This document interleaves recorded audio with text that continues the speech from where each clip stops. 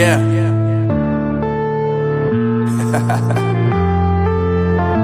Unknown Brain.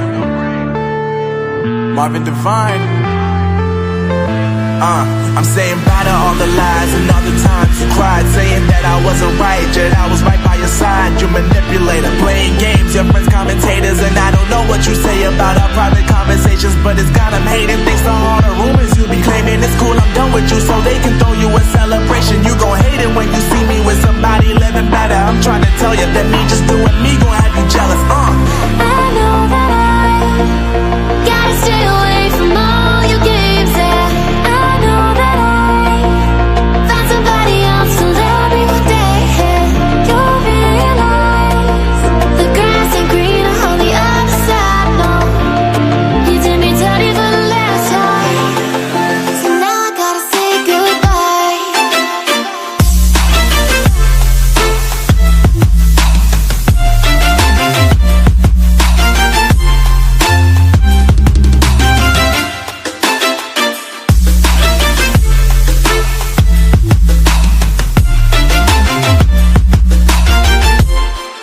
So now I gotta say goodbye.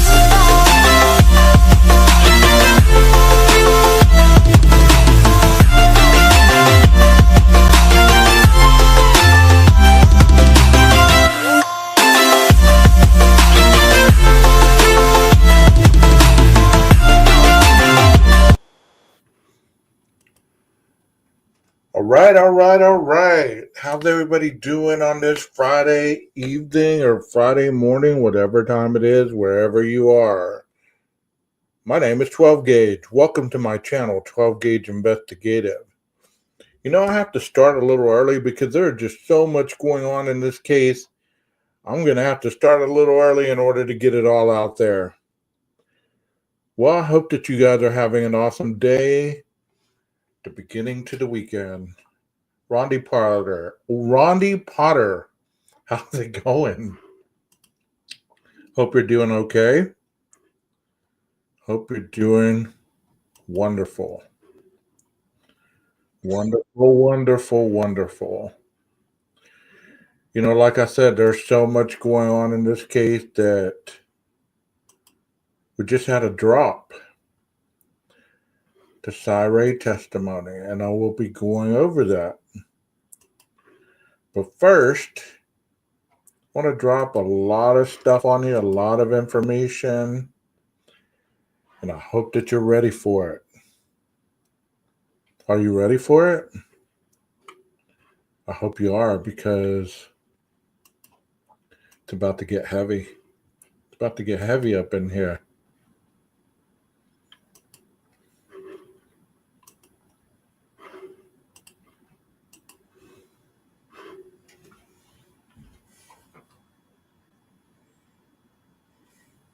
Let me silence my phone before people start blowing me up. You know how that goes, right?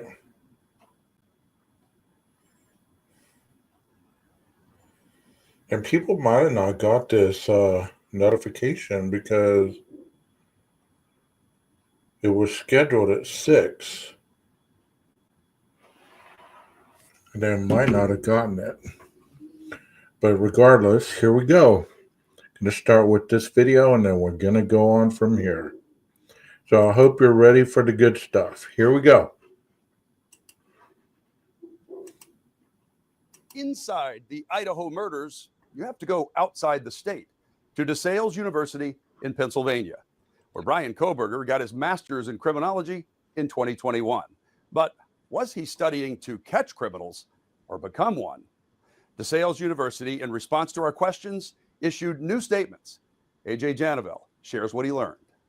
There's another crime scene house connected to Brian Kohberger, some 2,500 miles away from where the 4 University of Idaho students were murdered.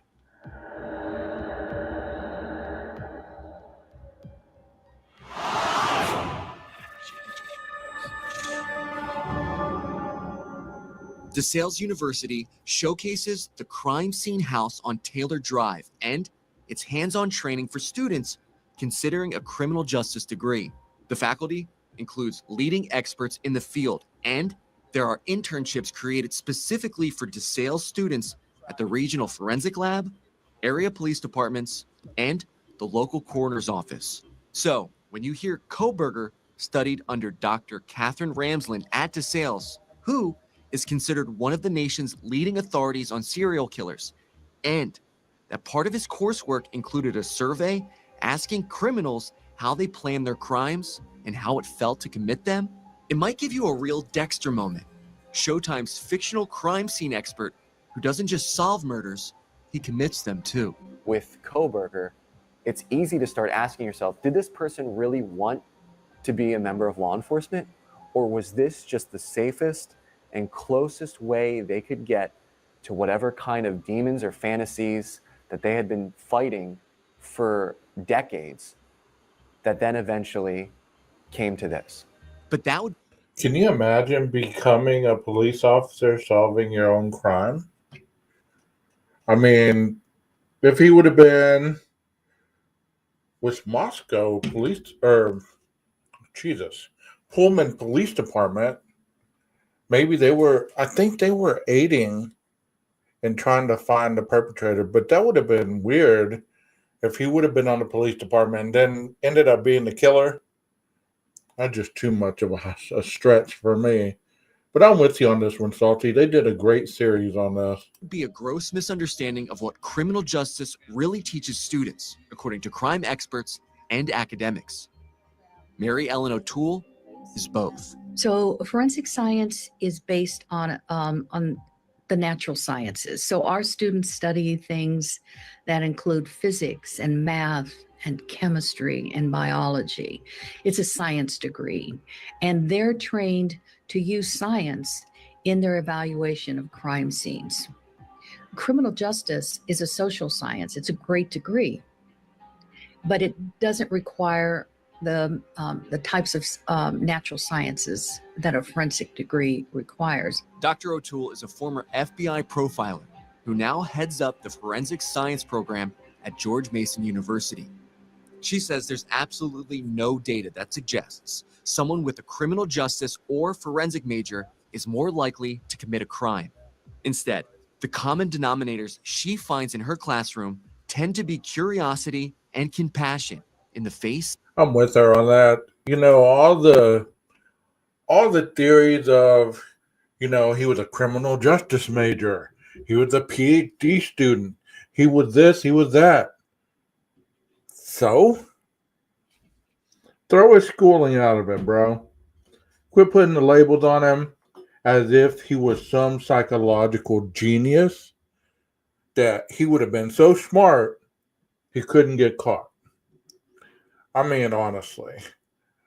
Granted, 51% of all murders go unsolved in the U.S., but I think this one was so high profile that they were going to catch him, whoever it was. Might have taken a while, but they were going to catch him. Well, understand, I'm not saying that the schooling didn't add to his knowledge. I'm saying, you know, just because he went to school as a forensics expert, they don't teach you how to kill. And they don't necessarily teach you unless you get into the higher levels of the investigative process. I went through, you know, the first semester of my stuff this year. We learned about investigative techniques. I learned about that probably the second or third semester as well. But they don't go as in depth as you possibly would think.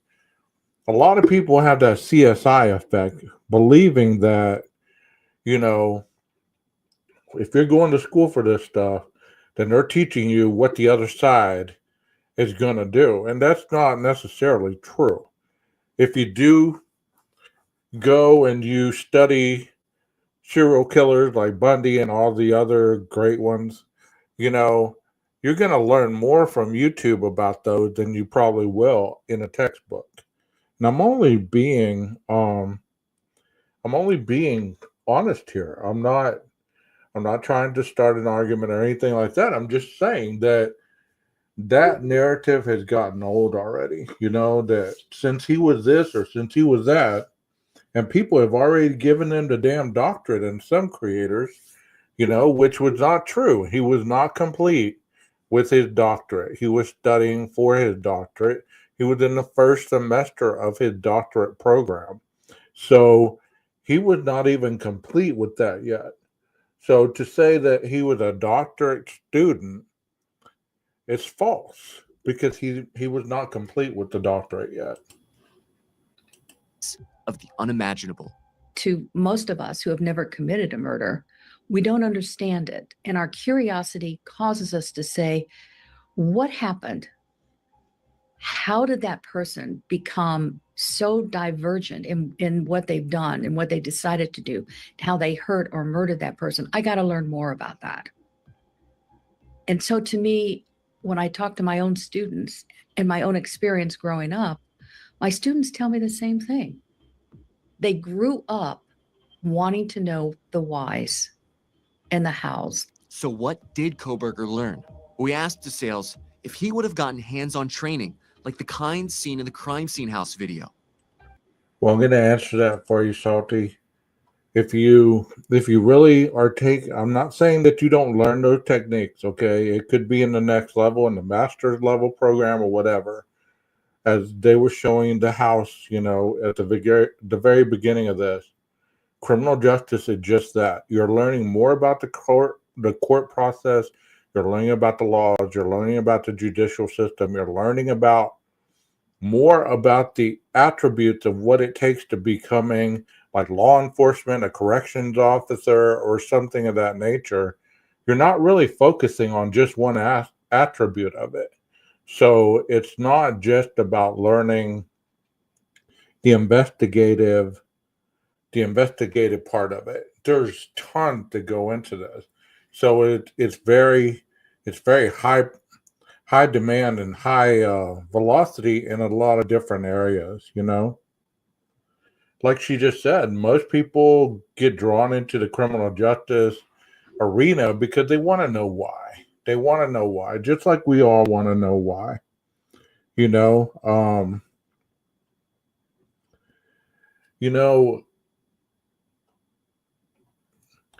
It's sad that he was in that line of work or line of study because that's the fictional part of what people understand as criminal justice is just trying to hunt down serial killers, and that's not it. That's not the biggest portion either. It's just a very minuscule when you get into the forensic pathology, the forensic psychology of it, which I just completed, and I got a 101.4 for my term grade. So I kind of know what I'm talking about as well, and I'm not saying that you don't or anybody in the chat, but what I'm saying is it's such a small, minuscule part. People get delusional when it comes to understanding this whole process. You know what I mean? It's not just one little part of it. Let me continue on. In a statement, the school says no. Kohberger was learning remotely. The Masters of Criminal Justice online graduate program is virtual. On-campus labs or environments are not part of the coursework. The crime scene house isn't a part of the Masters of Criminal Justice program. What about him surveying criminals on Reddit with prompts like, why did you choose that victim before making your move? How did you approach the victim? The school says this kind of behavioral study was standard, and Kohberger wasn't working alone. All students enrolled in the Masters of Criminal Justice program are required to complete a capstone research project that is supervised by faculty. And 2 of Kohberger's professors are listed as co-researchers on the survey. There's no argument that Kohberger was a standout at DeSales. A professor who recommended him for the doctorate program at Washington State University described Kohberger as brilliant and one of my best students ever. But O'Toole says studying criminology doesn't mean you'll be a better criminal than, say, someone who reads up on a murder case in the papers or listens to true crime podcasts. The learning process is not unusual. It really depends on where people are looking for their information. Now, whether it's classroom training or following someone else that's committing the kinds of crimes that you do, does it make you 100% better at what you do? Does it make you 100% more successful? Can you still make mistakes? You can absolutely still make mistakes because there's a lot of emotion that goes into committing a crime. And when you lose control in a crime scene, then you're more likely to make mistakes and leave evidence. And they don't write about that in a textbook. Coming next month, inside the Idaho murders, we go inside the mind of Brian Kohberger. So you have things like depression, anxiety, depersonalization, tinnitus, which is ringing in the ears. And those also come with visual snow. From visual snow to new claims of autism. Can Kohberger's state of mind impact the case?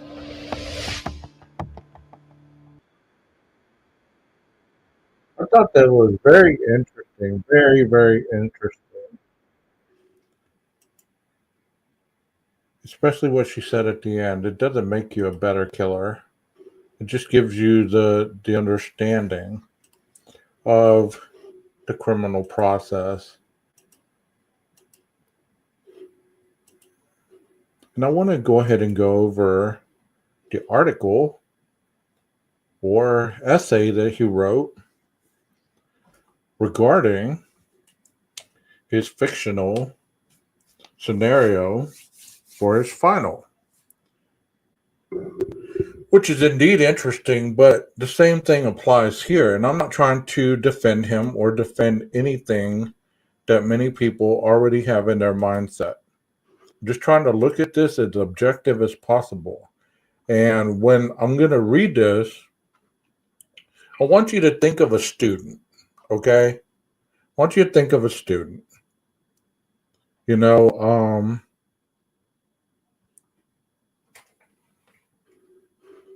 I want you to think of a student writing this and turning this in. So this is the paperwork right here that we're going to go over.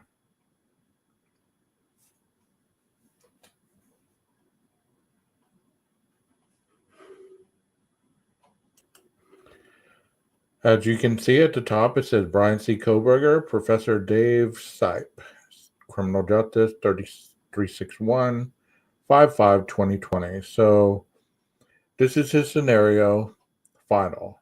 It says arriving at the crime scene. The first thing to be done is to block off the crime scene in order to avoid crime scene contamination. And I've also gone over a video sort of like this in the very beginning of this whole stuff.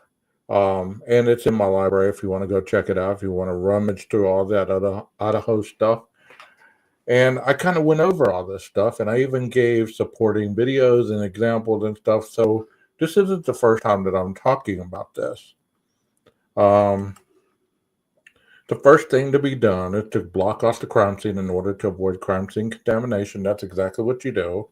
You keep people out of the scene, minimizes the evidence contamination, though many may be curious to see what occurred.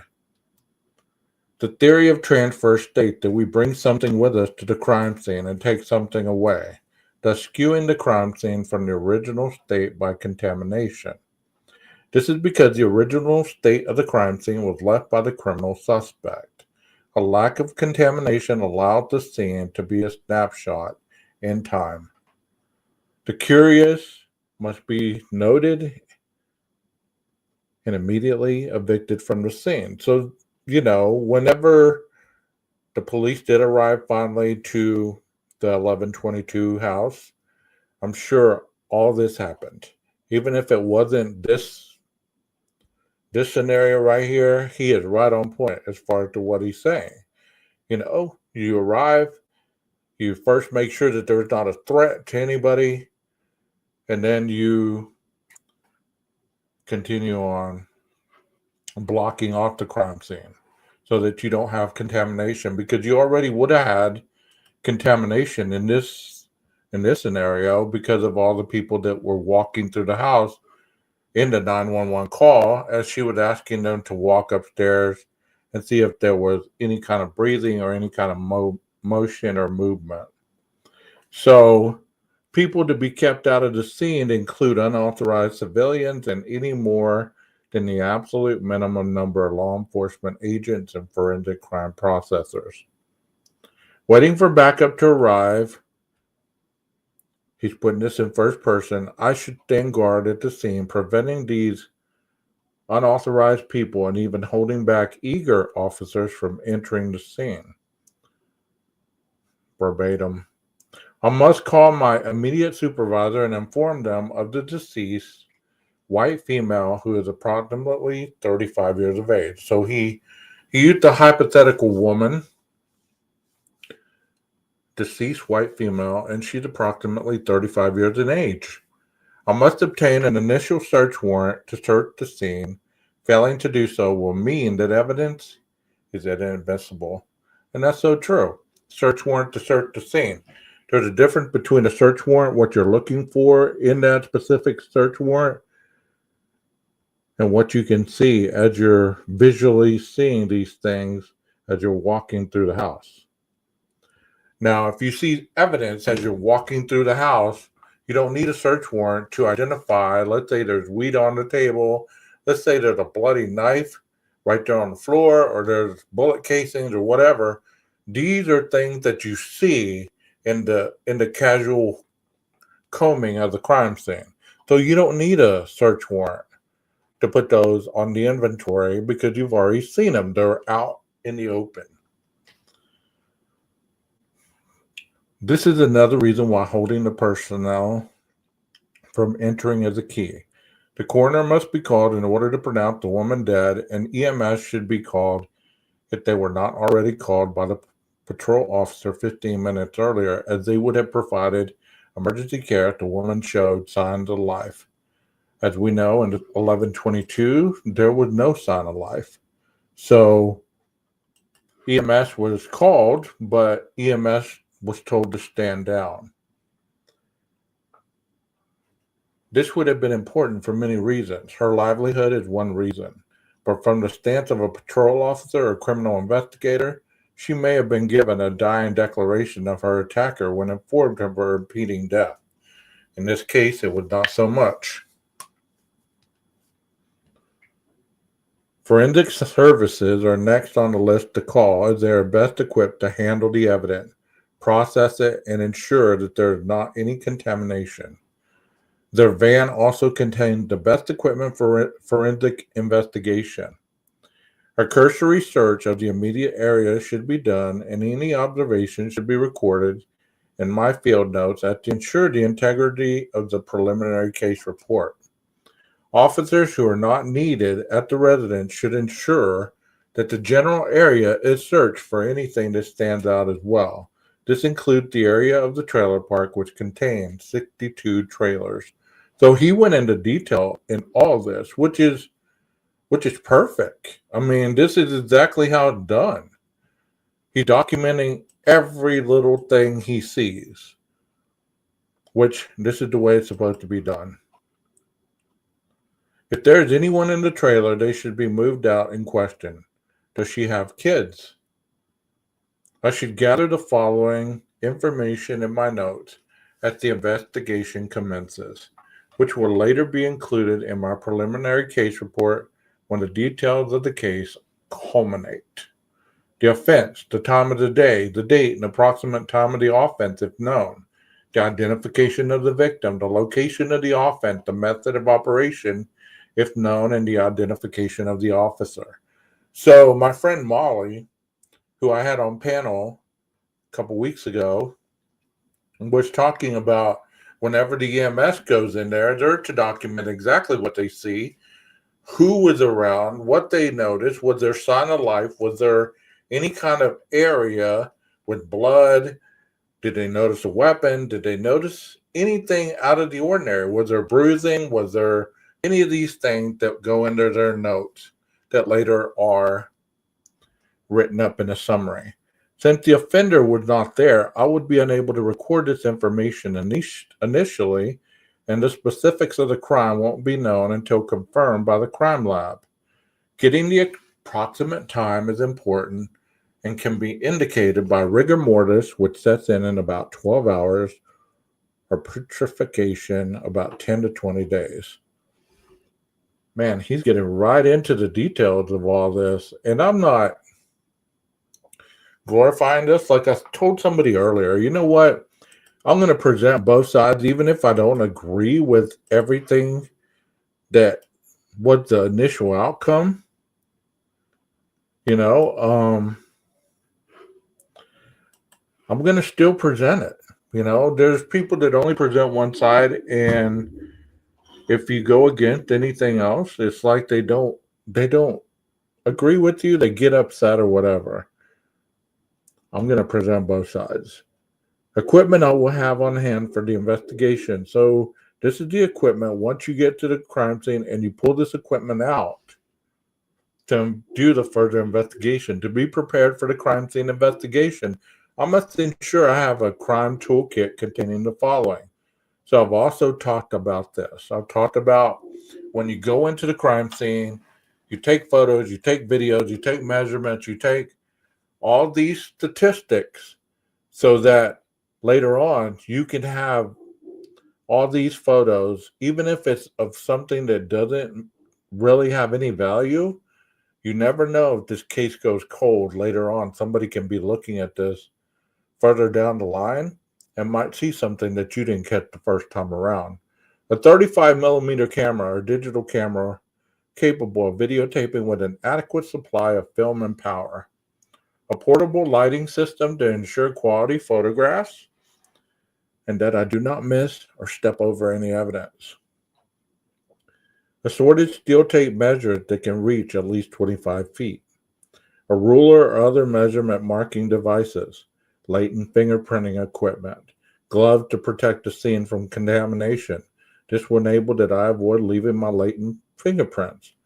You know, I would like to say that this is a boom on so many levels because people have hung on to this one. This is not a boom. This is part of procedure. There's a difference in a boom and there's part of procedure. You might learn procedure.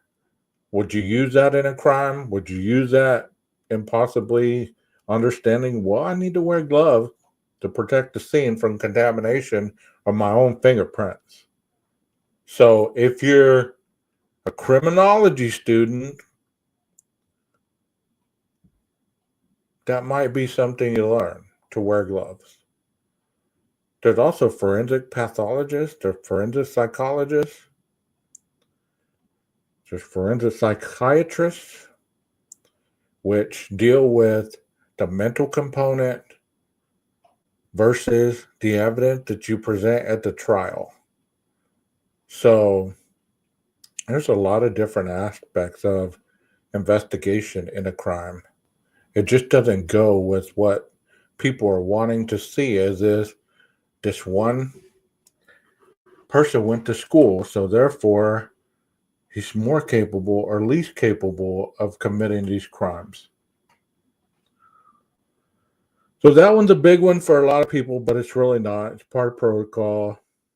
If he took it to possibly help himself commit this crime better, then he took a piece of protocol. Does that mean that everything that he learned while he was in college, it taught him how to be a better killer? If that's what you believe that. I myself, at this point, do not believe that any of this stuff that we're seeing made him more aptable to be a better killer or to not be detected or caught, because what ended up happening, woulda, coulda, shoulda, did not happen, and he was caught. So therefore, all the knowledge, all the training, all the book smarts still got him arrested. So therefore, to stand on the ground of his schooling, his degrees, all that doesn't matter at this point. He's in jail, and he's been in jail for 2 years plus. So that's my opinion.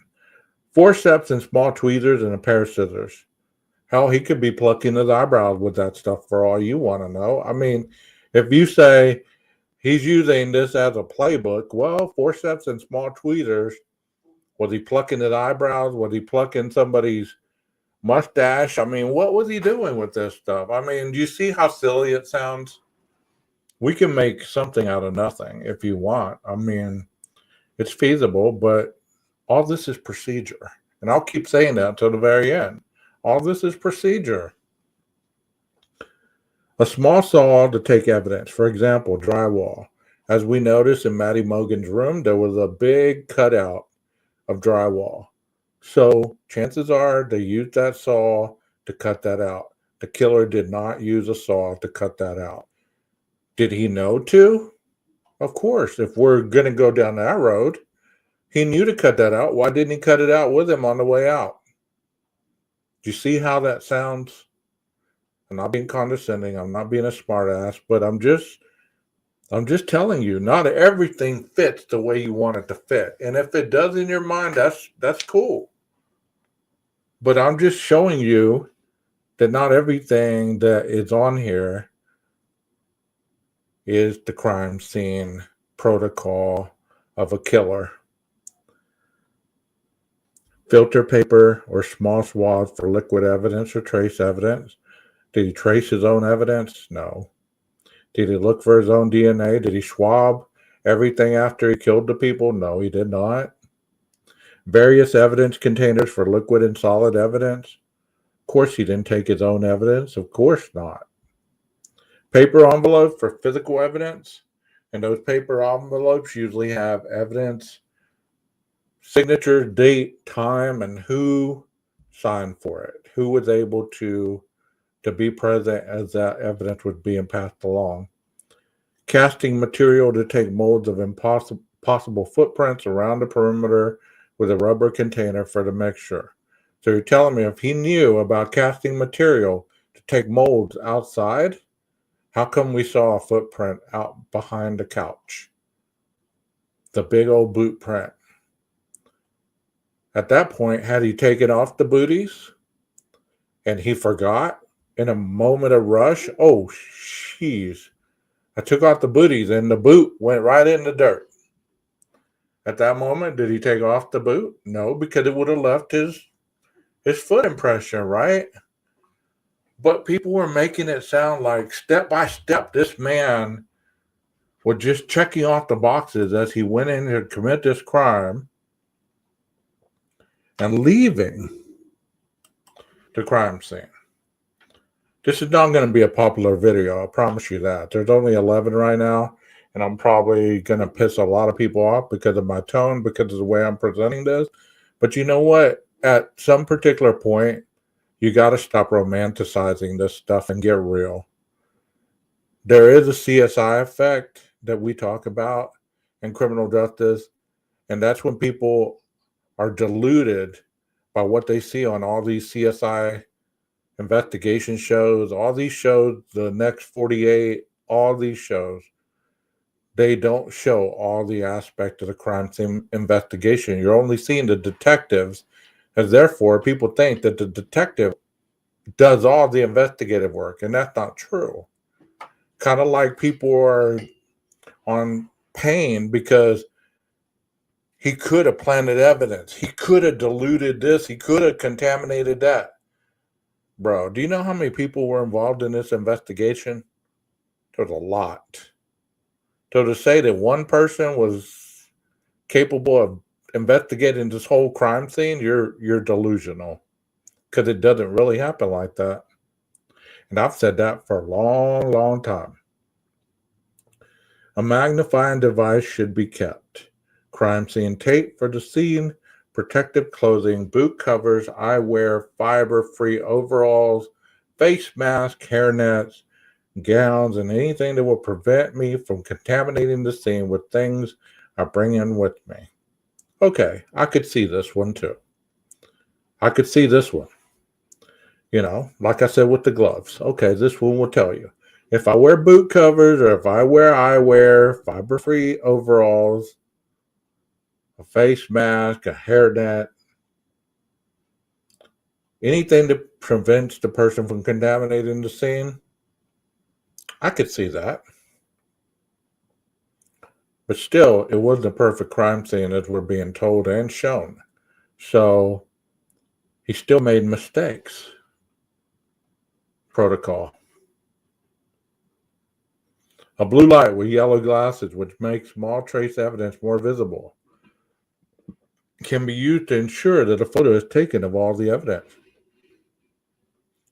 No, I doubt he had a blue light and yellow glasses. I doubt.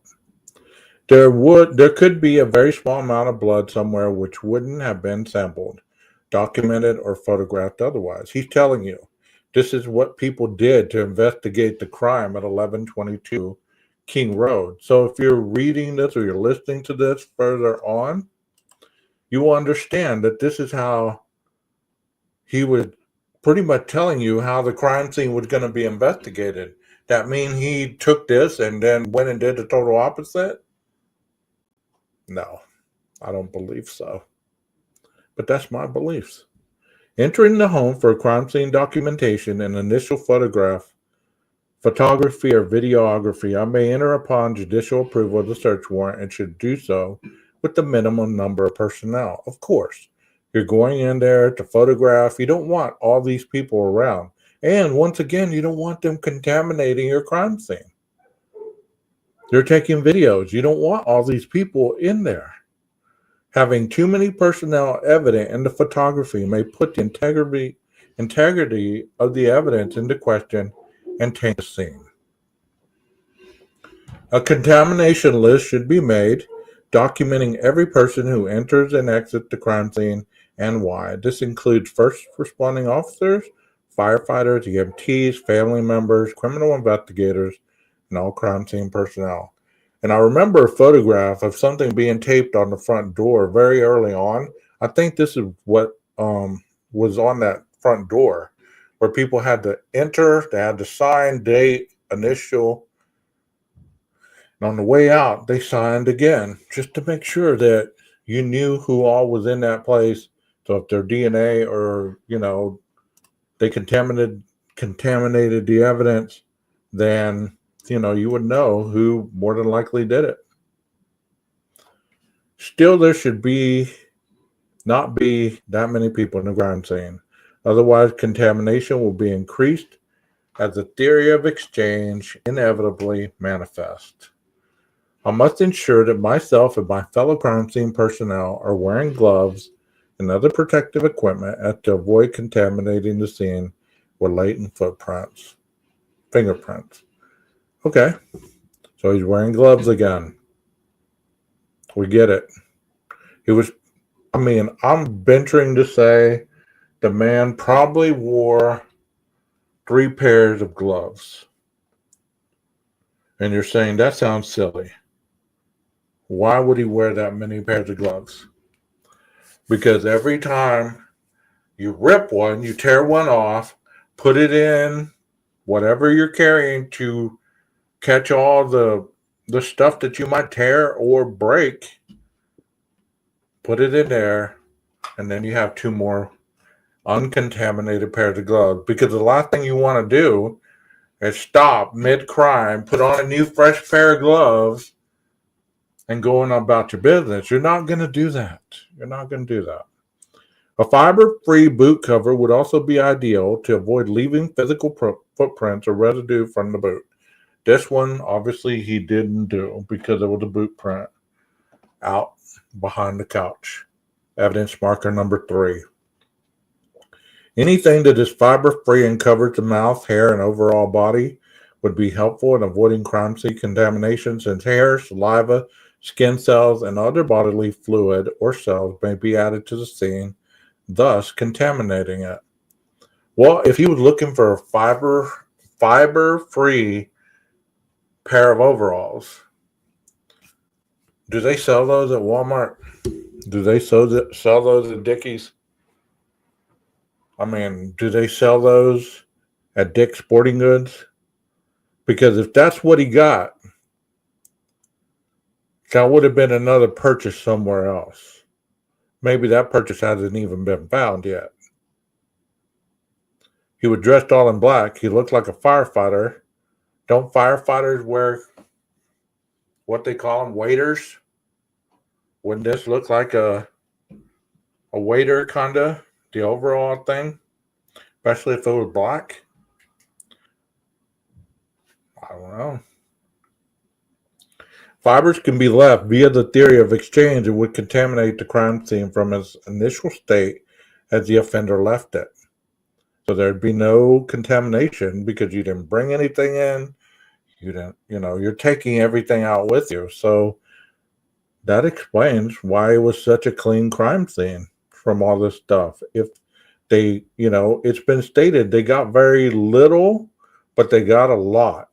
So whatever that means. Even if we can't assume that there was an offender despite seeming obvious, preventing contamination is an important way to ensure the integrity of the investigation and evidence. Ding, ding, ding. Well, we know that, Brian. We know that. And you were just Mr. Captain Obvious by telling us that. So we should always treat the crime scene as if there is indeed a criminal homicide, as to not miss out on important details. That is how this crime scene is being handled. The first thing for me to do is to take a coordinated series of crime scene photographs with a digital photography device or a 35mm camera from a natural point of view. Of course. These photos must be taken prior to the movement of any object in the crime scene to ensure that the photo captures the scene as the offender left it. And this is what I want to tell you too. There's a lot of individuals that are angry that the house got torn down. I can see why you'd be angry. And they're upset because the replica is only so big. But in reality, the jury is going to see tons of photos, tons of videos, and a Pharos 3D screening of the whole place. So you're not going to need a replica that's built life size. They're going to see photos. They're going to see what they need to see, which is where the murders took place, because that's the only crime scene you really have. These other people want to tell you that the crime scene was the whole house. That the blood on the handrail was a crime scene. No, it wasn't. Especially if it didn't come back to him. Okay, the crime scene was in the bedrooms. And him leaving the residence to his vehicle, wherever his vehicle was. All that area could potentially have evidence. The first floor probably wasn't even searched, wasn't swabbed. It might have been. And they might have dusted it for fingerprints. They dusted outside Bethany's window. They dusted outside the window in front of the kitchen, or on the other side of the kitchen. And of course they dusted the slider, and they probably dusted the floor in passing throughout the house where these crime scenes were. People get it misconstrued that the whole damn house was a crime scene. If you didn't find any evidence in that location, then that was not part of the crime scene. Okay, so you're taking photos, you're taking videos. Photographs should be taken from a general view of the exterior of the home, as well as general views of the interior, recording the time and detail of the photographs in the notes. So you're taking photographs, you're taking videos, capturing as it is without anything being moved.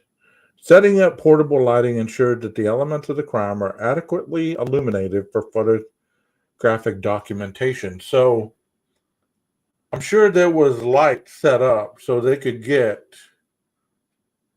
shots of areas that, there might have been. I'm sure that these individuals that probably did the photographing and the video stuff are professional. They're experts in that area. Because not only are they having to deal with the photography of it, they're having to deal with the videography of it, the lighting, the shadows, and all this stuff. You don't want to take a picture of something that, kind of like what we've been debating about Kohberger's finger, you don't want to take a picture where people are guessing, is that a shadow? Is that a bruise? Is that a freckle?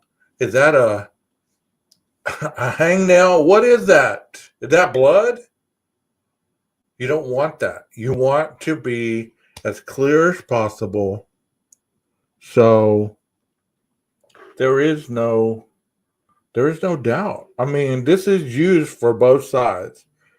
So, to say that this is just for the prosecution side is once again very naive to the point where you believe the defense doesn't have this piece of paper as well. Come on. So, you're going to have to open your mind up if you want and see both sides of this equation, because it's getting to that point where that one-sided tunnel vision is not going to get you anywhere. The photos should be in color to provide the best, most accurate image, thus avoiding photographic distortion. I don't know what the word distortion, I would think, kind of like I said, you don't want to have shadows, you don't want to have added stuff that could look like something. You want to be as clear and concise as possible. So you're photographing the bodies, you're videotaping it as well, you're videotaping all the evidence around the room. You're photographing from the room all the way out to the slider, all the way up the stairs, probably by Dylan's room, if at this point you have any evidence that she even saw anything. There's no need to photograph anything downstairs unless somebody tells you, hey, there was, they spoke of maybe possibly the perpetrator going downstairs. Then they would have started doing all the downstairs stuff. They could have dusted the whole house for all we know. I'm just speculating right now, which is not lying because I'm going according to what this is talking about. And you can believe me or you cannot. Go spend $40,000 on a bachelor's degree and then let somebody who doesn't really understand it try to tell you that you're wrong and they're right. I mean, come on, man. At one point, you got to ask yourself, just because you can read a book and you can articulate the words does not mean that you understand the whole concept of the puzzle from start to finish, especially if you're not understanding the judicial process and everything else that goes along with it. I'm just saying that, and it could piss people off. That's fine. We agree to disagree, right? So it says the following details regarding photography should be recorded in the field notes and on the back of the photos if possible. So they record date, time, image structure, like this is photo number 1, photo number 2, photo number 3. Recording these details will ensure that the defense attorney does not attempt to devalue the quality of your evidence, which may make it inadmissible. Of course, if you mess up with not dating something or it not being clear, or you don't label something correctly, that little bit can make that piece of evidence, no matter how strong, inadmissible because you did not follow protocol. There's that word again. Protocol and procedure are the highest levels of integrity when it comes to what he's talking about right now. Data to identify the subject of the photograph, but without too much unnecessary information. The location of the photograph, including the state, city, street address. The identifying data of the photographer, including the name, police agency, badge number, identification number. The case number, if established at the time of dispatch, the precise time of the photograph, the date the photograph was taken, the weather at the time, the photographic equipment used, including shutter speeds, film type, and developing and printing techniques. And if you want to see this done with examples and videos, there are videos in the members only portion that you can go and see where it shows you how the photography camera is set up, how they photograph a casting, how they photograph a room, how they photograph all the stuff, and how they measure things. Exactly what he's talking about. It's in the members only part of my channel. Next, photos. A specific room should be taken with special attention to the living room in which the deceased woman was found. So in this paper, the deceased woman was found in the living room. So like he's saying, special attention should be taken to that area where she was found. Kind of like the bedroom should be the specific area that you put most of your attention on. You're not going to look back there by the tree stump at 11:22 and be looking for prints and DNA and all that stuff back there. At the coordination of photos is focused inward, specific components of the crime, like physical evidence, should be accounted for and detailed. These should also be logged in any of the field notes. So this person's logging all this stuff down. It's a long, tedious process, but it needs to happen. Once again, any of these pieces of evidence that later are discovered to be inculpatory can be admissible because of certain areas of misconduct, that you did not write something down, you did not date it, you did not sign it, you did not deliver it the way it was supposed to be delivered as evidence. This physical evidence should be photographed next to a measurement marker, which can be a ruler or any other easily comparable object of well-known size. The body and physical evidence to take a picture prior to collection from the forensic services and criminal investigator of include the deceased woman in the living room. He's going over the crime right now. Who should be photographed under adequate lighting from a long view. Specific shots should be focused on the evidence of harm on her body and clothing. So that's, in theory, what they did inside the bedrooms with the victims. The bruises on her face, the marks on her neck, the bloody shirt, and any other signs of post-mortem lividity should be photographed and taped without moving the victim. A measurement marker should be placed next to her. This right here, people are going crazy on this right here as well. The bruises on her face, the marks on her neck, the bloody shirt, and other signs of post-mortem lividity. When you have to understand, when you're writing this type of paper, the more examples that you give, the better grade you get. Now, if he would have just said, we looked over the body and you need to photograph the most important parts of the signs of the person being deceased or the wound that they had or whatever, might be a B or C. But he went into very specific. The bruises on her face, the marks on her neck.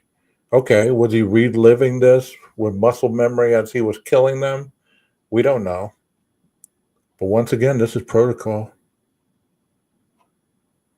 The bloody shirt, of course there's going to be blood on the shirt if you're stabbing a 35-year-old woman on a couch. Wasn't Darlie stabbed on the couch? Darlie Rotier? Or however you say her last name, she was stabbed so deep on one side that her necklace went into her neck. There's going to be marks on her neck. I'm not saying that this isn't evidence or this isn't a sign of state of mind or mens rea,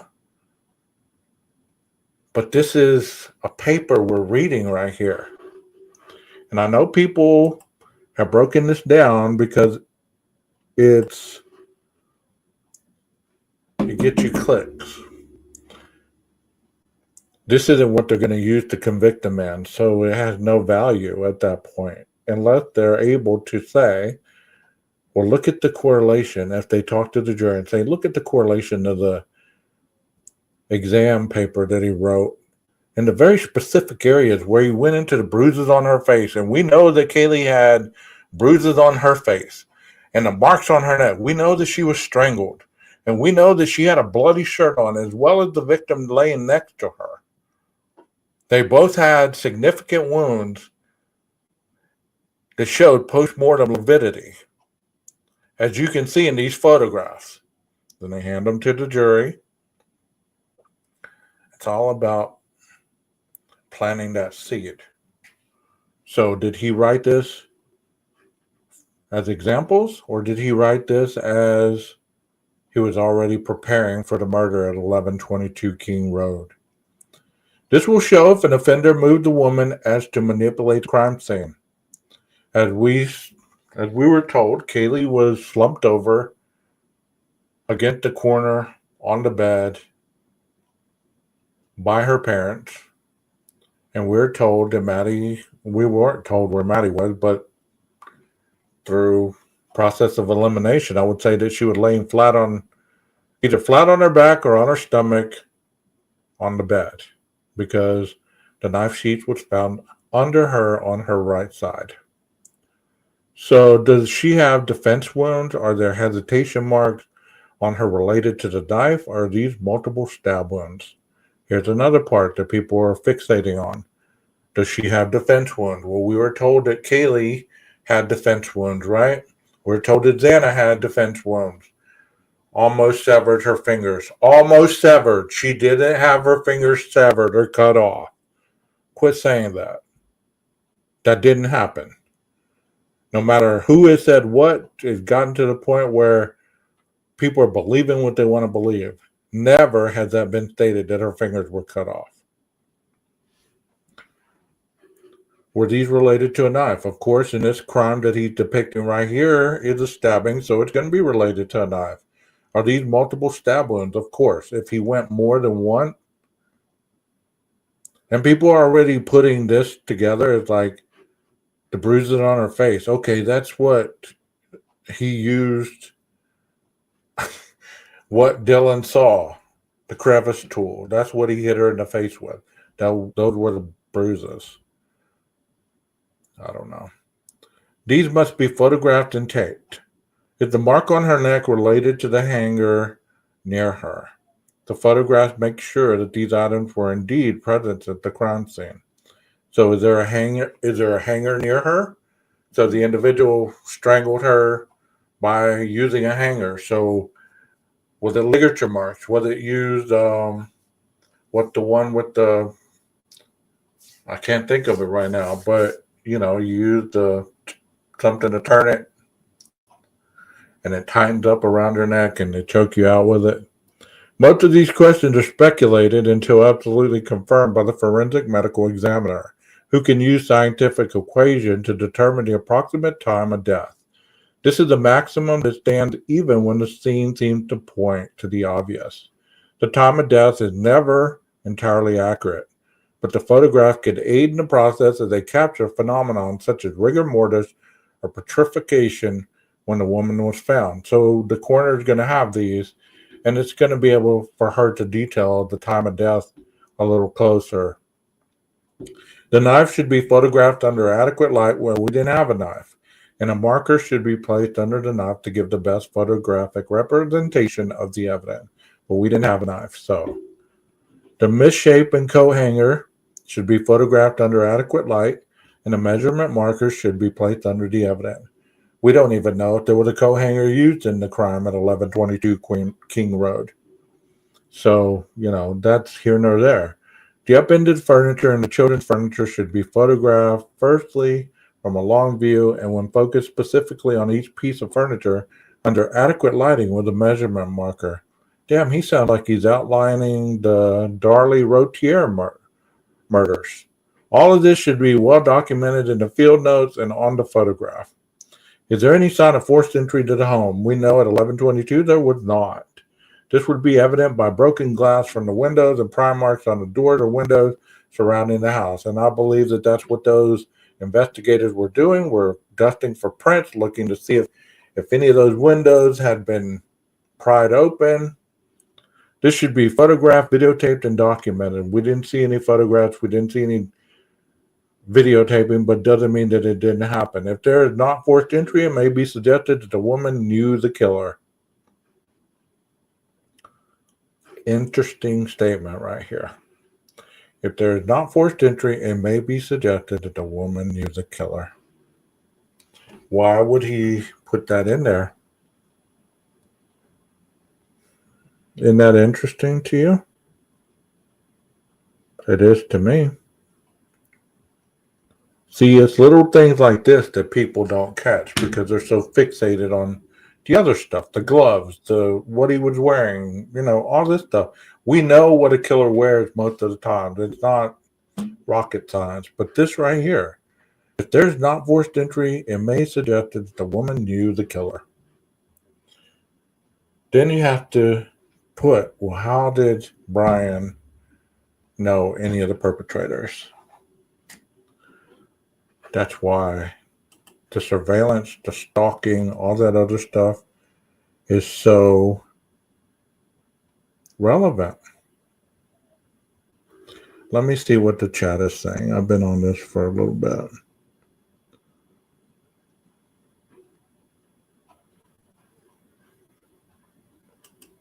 See what Tom says. A lot of that is just really not really thinking things through and just following what the creator says. Of course. I heard that the brainstems of many YouTubers have been severed. Probably not true, but there certainly is evidence to support it. Well, I guess you are like making jokes right now. It's cool. It's cool. I'm glad to see you here, Tom. Glad to see you here, Jeff, and everybody else who's here. This is a very serious matter.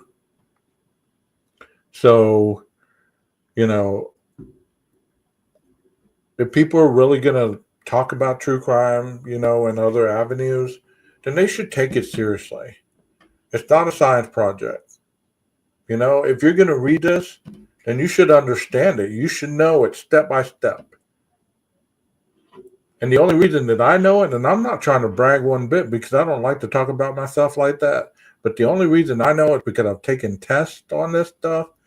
I've had to write papers on this stuff. I've had to do all kinds of stuff pertaining to this investigative process. So when he wrote this, and I was like, oh my God, that's almost like a perfect step by step. If this was a final exam, then he passed it. A video camera will be used at the well to go over all the evidence which was photographed. Documentation of the video evidence should be filled out and recorded in field notes. The crime scene sketch. That's one thing that they're doing right now. They're talking about the sketching. I always wondered about that in the beginning, why they didn't have a sketch of the perpetrator. In the very beginning, how come there was not a sketch of a potential perpetrator? Why? Because it was only a person seen in a balaclava and an eyebrow from the side. That's all the person saw, plus clad in black and something that looked like a vacuum object. Well, that wouldn't have been a very good sketch, would it? Because that's what is all in the paperwork as to what she saw until she drew the balaclava. So that gave police a little more insight as to what it was instead of a COVID mask, what everybody else was saying. He was clad in black and he wore a COVID mask. I don't know where they got that from, but okay. So here's the crime scene sketch. The crime scene sketch occurs after the scene was initially searched, photographed, and videotaped. The sketch is of great value in the criminal court. The sketch should first be done in pencil to ensure that the sketch accurately portrays evidence and measurements pertaining to the crime scene. The final version will be done in non-perishable ink via pen. The physical evidence of the crime, which includes but not limited to the knife, misshapen coat hanger, furniture, as well as any other biological evidence like bodily material or fluids, should be drawn out in accurately measured proportion from each other and permanent objects in the crime scene sketch. The final search and confirmation by the forensic processing unit and investigator will determine whether this was all the physical evidence at the scene. New evidence can be added to the crime scene sketch when new measurements are taken. Of course, the distance from permanent fixtures should be accurately recorded and depicted. The crime scene sketch should be measured by the criminal investigator and accurately display the proportions of the physical evidence. Any inaccurate portrayal of the location of evidence can be influenced the juror perception of the guilt or innocence of the suspect. While you do not need to be an artist, the responsibility of sketching should be taken with accuracy and a goal for a clear portrayal in mind. So I'm sure you're going to see those in trial. You're going to see the sketches that were used to identify a potential perpetrator.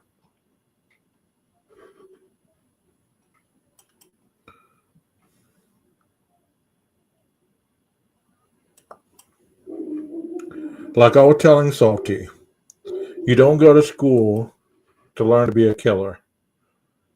You either have something inside you that is already programmed to kill, and learning this stuff as protocol, as to what the police is going to be looking for, it just kind of like helping you put on the gloves. Remember, it's almost a checklist.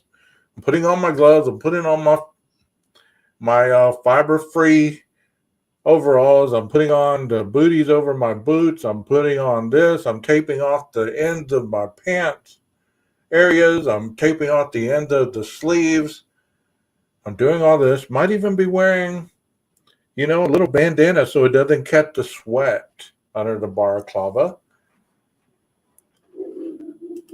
Being a killer, I would say, is more about the mental component than being the individual who takes classes. It's almost like if you have a desire to be a welder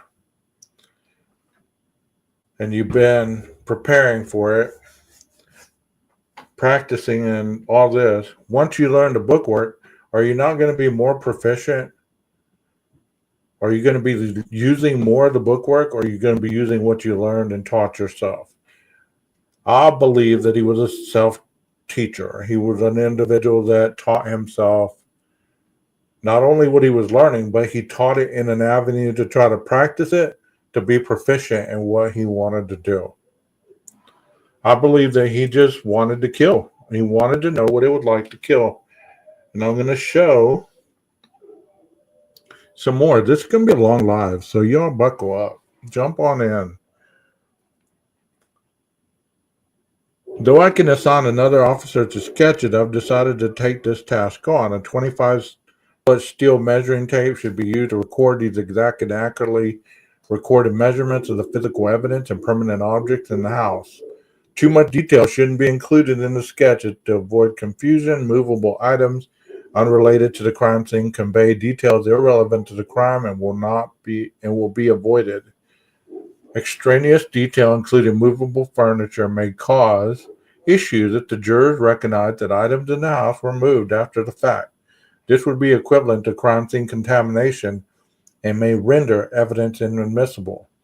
If he's using this for anything, it would be counteracting any kind of evidence that they do have against them.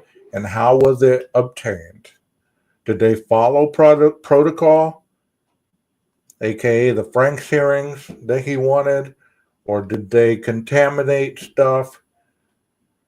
Things like that. If he's using this for anything, it would be things like that. It would not be to commit a murder. I mean, all the books that you've read and all the miniseries and all that stuff that I believe are for theatrical reasons more than anything, they highlight the gory part, the leading up to, and the ending. They don't show you the exact parts of solving the crime. If you can solve a crime in an hour in one of these crime shows, look how long it's taken to get to trial. We're not even there yet. How long did it take for all this stuff to come out? It took that long because they were still investigating, I'm sure, that all this stuff was correct.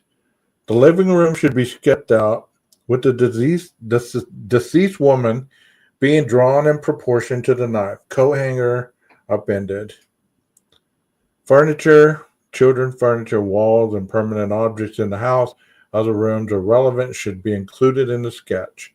I've decided to use the rectangular coordination method with two right angles being outlined in proportion to the physical evidence and the permanent fixtures centering around the living room. A projection can be used to document biological trace evidence like blood stains or other physical evidence that imprinted on the walls. Bullet holes would be something that should be ruled out, and if a bullet hole are present, they should be documented on a 3D exploded sketch before the drywall is removed via the saw. Though it appears obvious that a knife was used in this crime, we did not know this for sure and should make it sure to document everything and look for less apparent evidence. As I'm reading this, I'm thinking, I would like to see a lot more of his classmates' final exams and read how they put this stuff together. because I'm more than certain that his classmates' papers were pretty much like this one. And how many of his classmates have committed murders that we know about? I mean, we don't really know for sure whether he committed this one or not, but we're more than pretty certain he did. But we don't know for sure. The crime lab will be able to decipher with scientific certainty what is and is not the original element of the crime. Staging is common. For example, the offender may be taking items from the house to make it look like a burglary turned robbery, which went wrong. The official crime preliminary report should include the accurate sketch with the following details included: the name of the investigator, identifying badge number, detailed location of the scene, such as the city, state, street address. The living room should be noted at the center of the sketch, the exact date and exact time the sketch was first drawn in pencil, the evidence listing key, which shows evidence as it corresponds to a letter or mark indicated in said key. You know what's a little frustrating is I did a lot of these videos in the very beginning and they would get like 5 or 7 views. And now that this came out, everybody's like, all in this stuff. Maybe they didn't know who 12 Gauge was. Maybe it's just boring, like it's boring me to read this, because people don't want to learn this stuff. They want to learn what they want to learn in their way, and that's fine. That's fine. The case number of the investigation, a compass arrow to give direction, the scale of the sketch should be included, or the word not drawn to scale. I'm choosing to draw it out in a scale where 1/4 inch equals 1 foot. The computer-aided design program, CAD, which uses laser lights and takes up to 25,000 measurements per second in 3D, may be utilized as available for the scale of the scene most accurate. I would request that the CAD, if available, forgive the best portrayal of this serious crime, allowing for an accurate point of view and zooming of particular elements of the crime scene. The more comprehensive crime scene search using the strip search method. In order to collect evidence from the interior of the residence, I will assign roles to officers on the scene, briefing them to watch where they are stepping and not to act impulsively or without great care. Hasty actions will lead to valuable evidence being trampled and lost, and that's what people were accusing that happened in this case. The strip search method is what I have decided on, as it allows for the interior of the crime scene to be searched from one end to the other with more than one officer forensic processing unit. The exterior of the property should be searched from one end to the other as well, switching to a grid search if necessary. Walking from one end of the scene to the opposite end of the scene, I will then turn around and cover ground to the right or left without stepping on the same spot twice.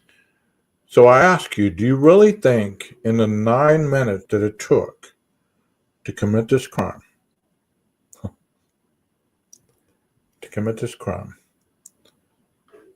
he was going over this in his head? Do not walk in the same spot twice. The rooms of the trailer should be searched in this method with special attention to the living room where the victim lies. Assigning a CSI or officer myself to this section of the living room would allow that the scene is thoroughly checked.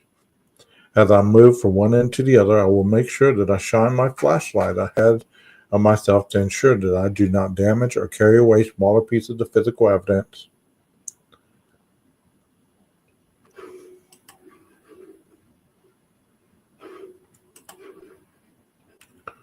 Smaller items of physical evidence include wood chips, hairs, paint flecks, glass fragments, small fibers. If not careful, there may be lost before even accounting for the observing them. If new pieces of physical evidence are uncovered, I will take note of it for documentation in photography or videography. Things such as footprints inside and outside should be prepared to be photographed and videotaped after they are casted, before and after. I must photograph and videotape the new evidence as well as log it with the following information and account for it in the crime scene sketch: the time and date of evidence discovery, the location that I found the evidence, the name of myself or whichever officer, CSI, or criminal investigator discovered it. As this is a serious crime, I have chosen the specialized crime scene personnel will assist me. A description of the evidence, any identifying mark to further detail the evidence, the name of an officer, witness defined. This will ensure that there is no question that this was indeed an element of the original crime scene. This will save the investigator setbacks in court. And we've seen all this happen. They've been questioned to death, dragged through the mud. They planted this. They planted that. They walked through the crime scene. They walked through the blood. How did they not contaminate it? All this and that. Now you're seeing exactly, in Brian's own words, how it possibly did not happen. All the information that is carefully recorded regarding the crime scene evidence aids the crime report. The location of this evidence is very important for him and give it the following information. Establish the tracing of or identification of the suspect. Establishing the suspect's modus operandi or identifying similar MOs via information added to the FBI's Violent Criminal Apprehension Program from the completed crime report. Confirming alibis or exposing lies, and this is interviewing all the witnesses, connecting suspect to the crime or eliminating suspects, which that's what the police try to do, is eliminate suspects. The identification of contraband, stolen property, and other illegal items, identifying victims if they're not identified. For example, we can't assume the woman lived at this residence before confirming it. A dead body may not initially tied to the residence, which I'm sure they had to identify whether the 4 people in that residence lived there. Providing investigative leads, for example, checking into the husband or boyfriend and the location of the children based on the crime scene evidence is warranted, providing a statutory element of the offense. And then it goes on and on and on, talking about the evidence, collection, packaging the evidence. It's just a textbook. And then you outreach to other agencies and immediate elements of the investigation. They reached out to the FBI. They reached out to the Idaho State Police. So all this is just textbook stuff. Protocol. The compilation of evidence in a preliminary report, progress report, closing report, and prosecution report. So, and that was the end of it. And the FBI's Uniform Crime Report to give summative information of all applicable crimes to help police officers, criminologists, and criminal investigators understand the social trends of crime, thus aiding future cases. So even Kohberger's crime is probably in the UCR at this point if he gets convicted. So I hope y'all enjoyed that. I in no means am defending Kohberger when I read that. I'm defending the aspect of the criminal justice program, which a lot of people want to just make it more than it really is. It is important, but there's specialists in this program.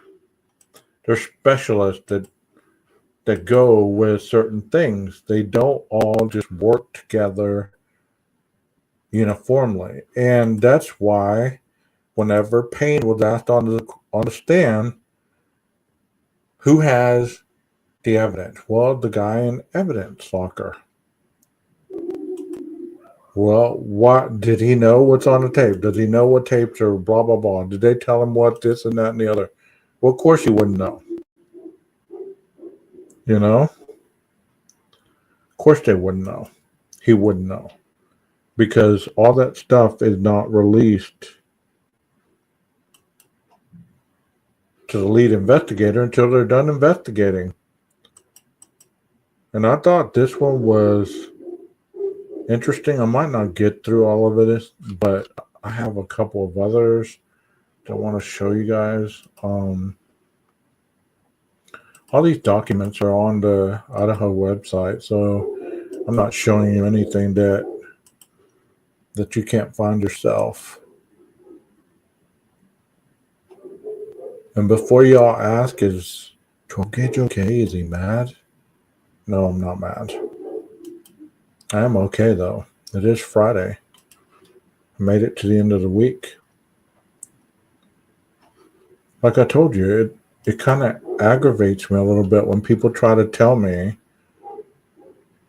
what I've gone to school for. It's like, why are you telling me this? Like, I don't know, you know? I don't know if they're telling the chat, which is okay, but, you're wanting to tell me like I don't know. I'd hope my instructor didn't just pass me because I just, was able to convince them that I kind of knew what I was talking about. This was the questionnaire that he probably got from that final exam before leading up to it, because everything, the process, you're given an assignment to, ask these questions to kind of prepare yourself for what you're going to write once you get to the crime scene. So you're asking yourself, okay, what am I going to see once I get there? At least this is how I perceive this. So I could be wrong, but this is how I perceive it, okay? So whenever he was asking, what was the first move you made in order to accomplish your goal? Please detail any thoughts and feelings to this point. Of course, he would want to know criminals who have done this crime, what their first move they made in order to accomplish their goal. He's still a student at this point.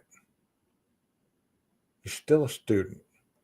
I understand the whole jumping into the mindset and all that, but at this point, he's still a student. He may be double dipping, he might be learning, feeling this stuff because he's unable to feel to an extent, but he's still a student. He's still a student. So criminals and criminologists are different. The wording, it's all about the wording. It's all about the wording. It's kind of like a psychiatrist and a psychologist. One's a doctorate level, one's a lesser level that can't prescribe medication. They can still see clients, but they can't prescribe medication. They can diagnose, but they can't prescribe. The psychiatrist can prescribe. So it's all about lesser levels, I would say, of education. I do understand that 12 gauge. I think they're talking to chat or don't really realize how it comes towards you. Sometimes just mind is trying to make a different point. Either way, they, me, kind of don't. I know what their words mean to you. Well, thank you for that. I mean, I'm not upset at them. I'm just like, come on, why would I even have a channel if I didn't have any kind of insight on what I'm talking about? Watching a TV show doesn't qualify me to be up here opining on the logistics of criminal justice. It does not.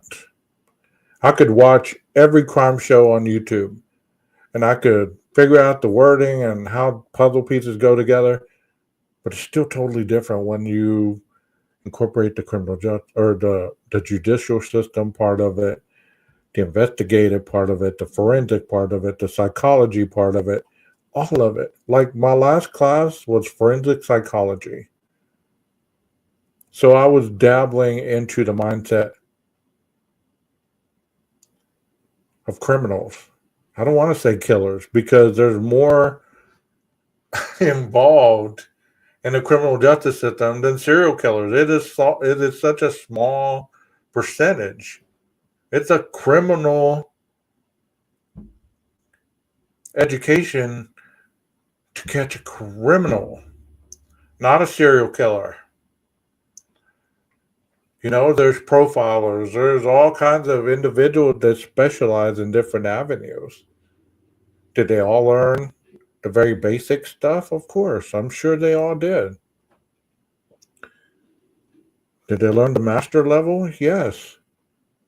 Dr. Bricado, hopefully he comes on my panel soon. He's a doctor. And I'm sure he's learned, not only through education, but by life experiences, how to incorporate what he learned in the book arena, in the job arena, and put it all together. And I think that's what Mr. Kohberger was attempting to do as well.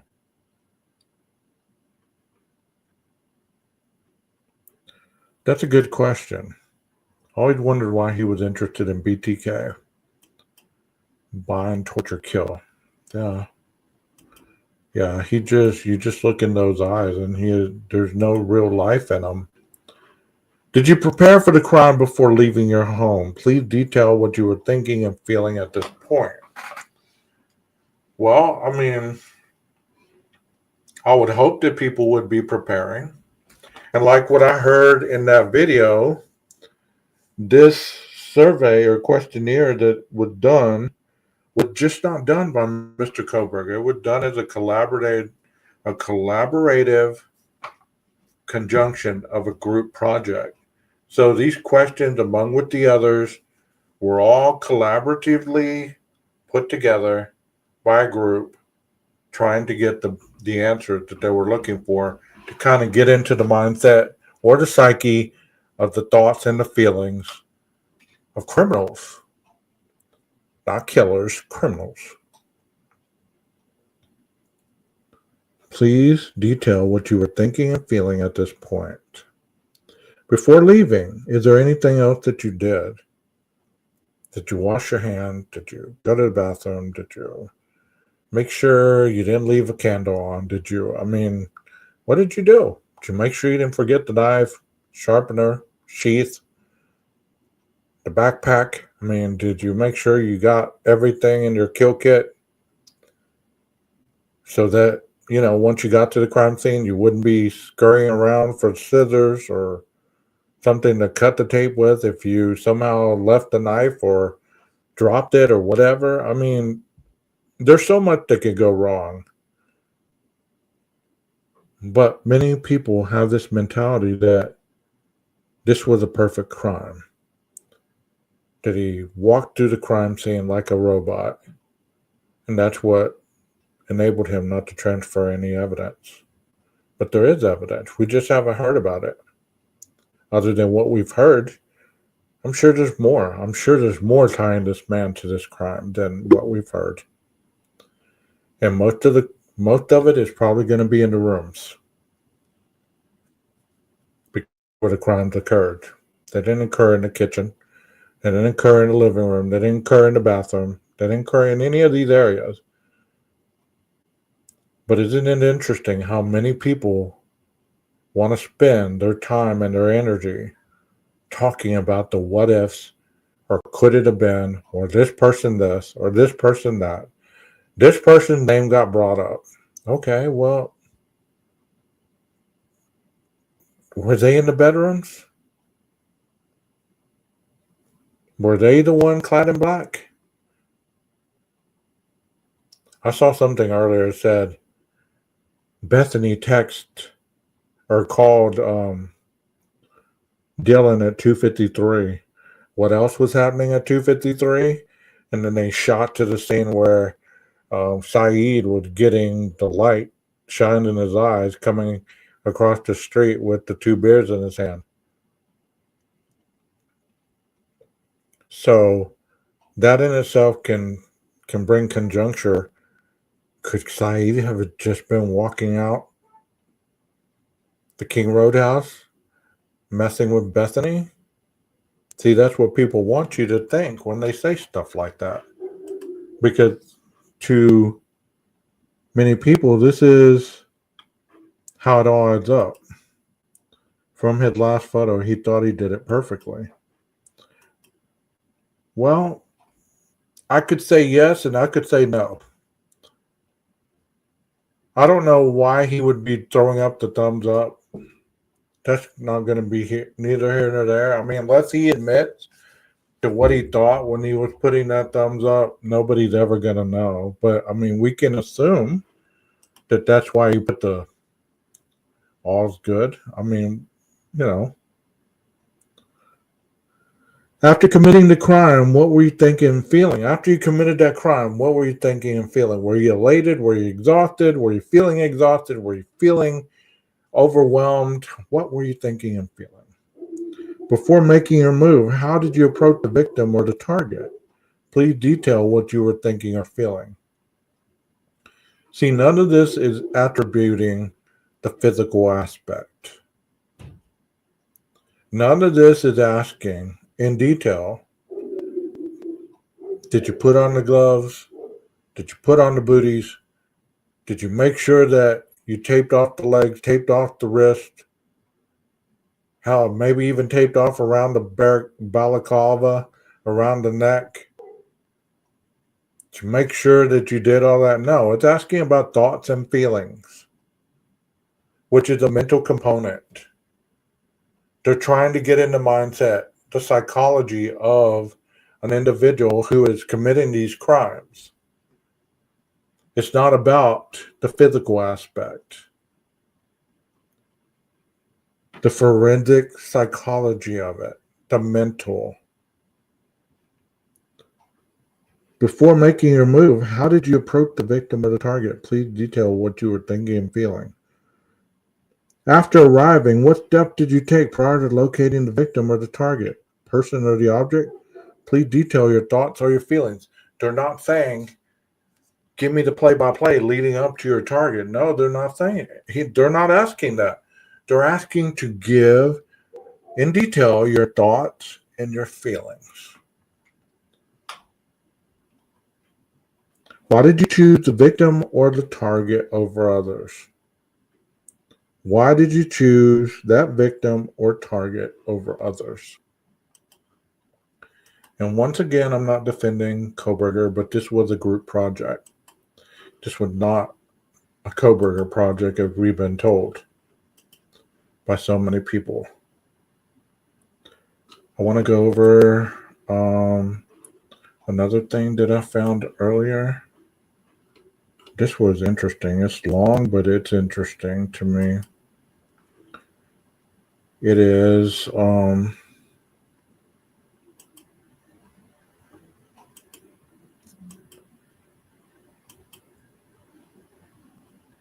go over it with you.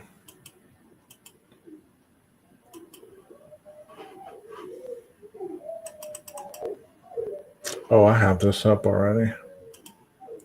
And it's black. Okay, this is the information that was put under the gag order. Hold on a second.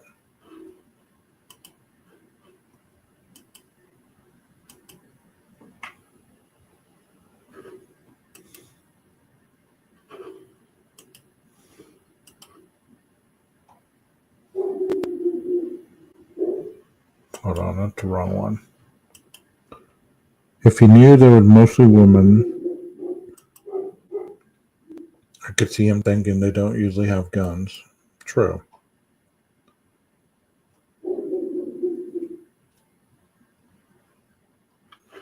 Yeah, what if? What if this? What if that? What if?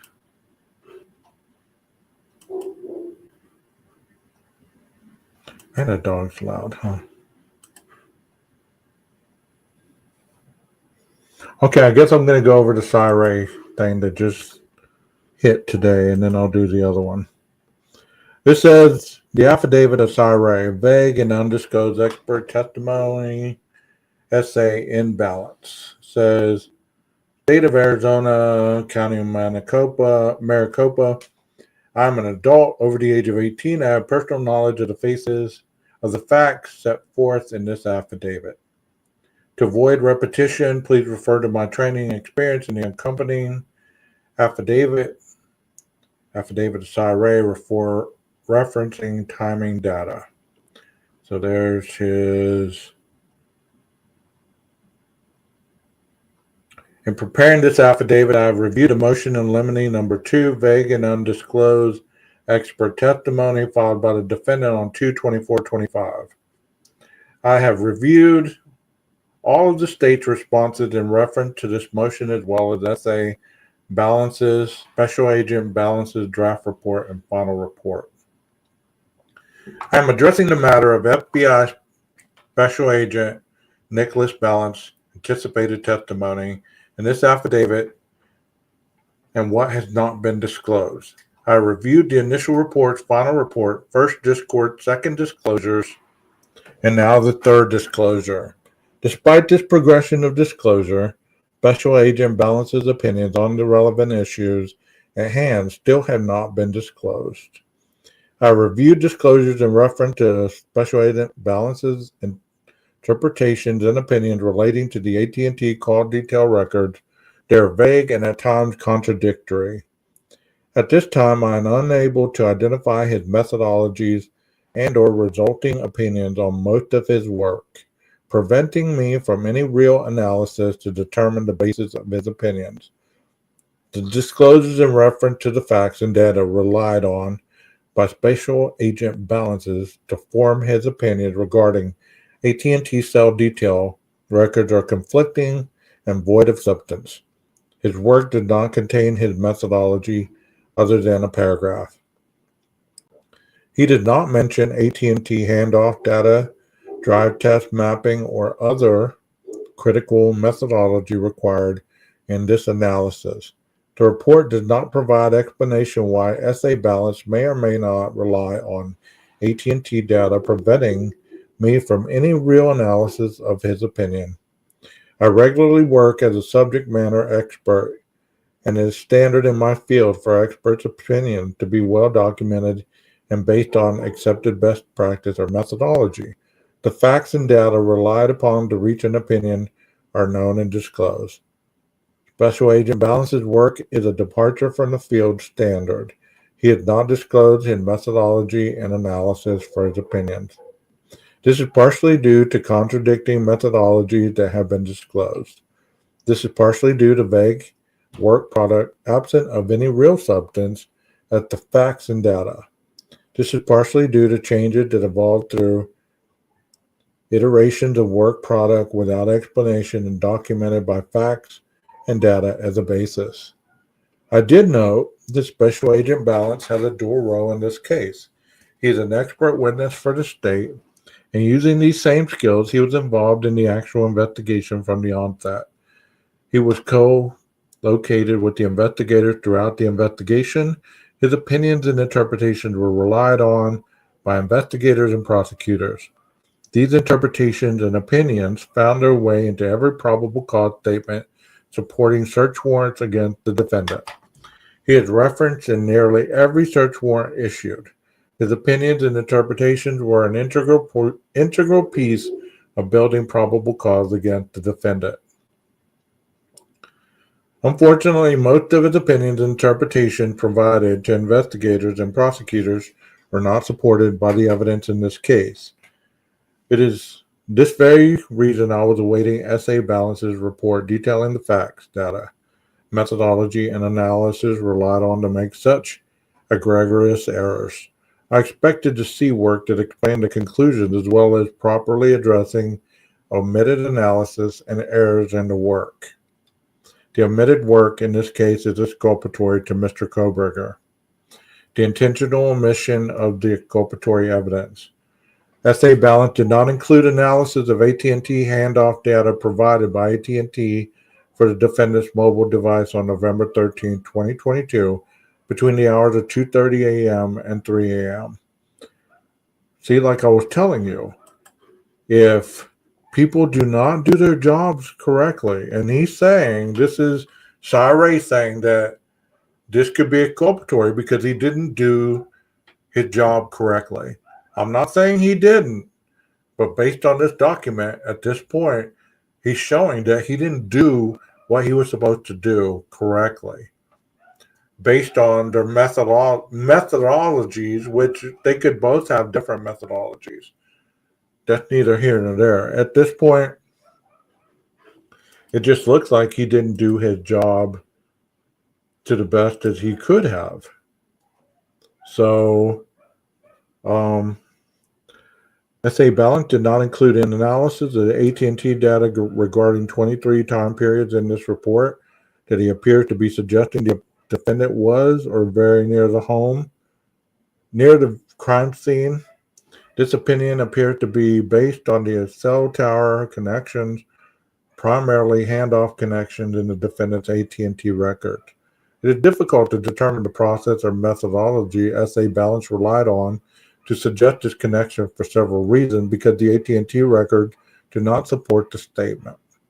There is no report or analysis detailing the defendant's movements between June 2022 and December 2022, which would be needed to surmise the defendant's phone was at or near the crime scene 23 times prior to the homicides. There is no mapping showing the network connections relied upon. There is no drive test coverage maps other than one cell site. A recent disclosure about what SA Balance may testify to reads, handoffs are mapped on a case-by-case basis, which is determined by the needs of the investigation. From my experience as a subject matter expert in this field, this claim is outside of any established best practice or reliable methodology of analysis. The standard is that all data must be analyzed and considered regardless of how it impacts the investigation. So when we get down to the experts battling it out, before people get into that mindset that Siree won, case over, experts are going to duel it out, and they can make anything they present to be relevant, to be the turning point that everybody's been looking for.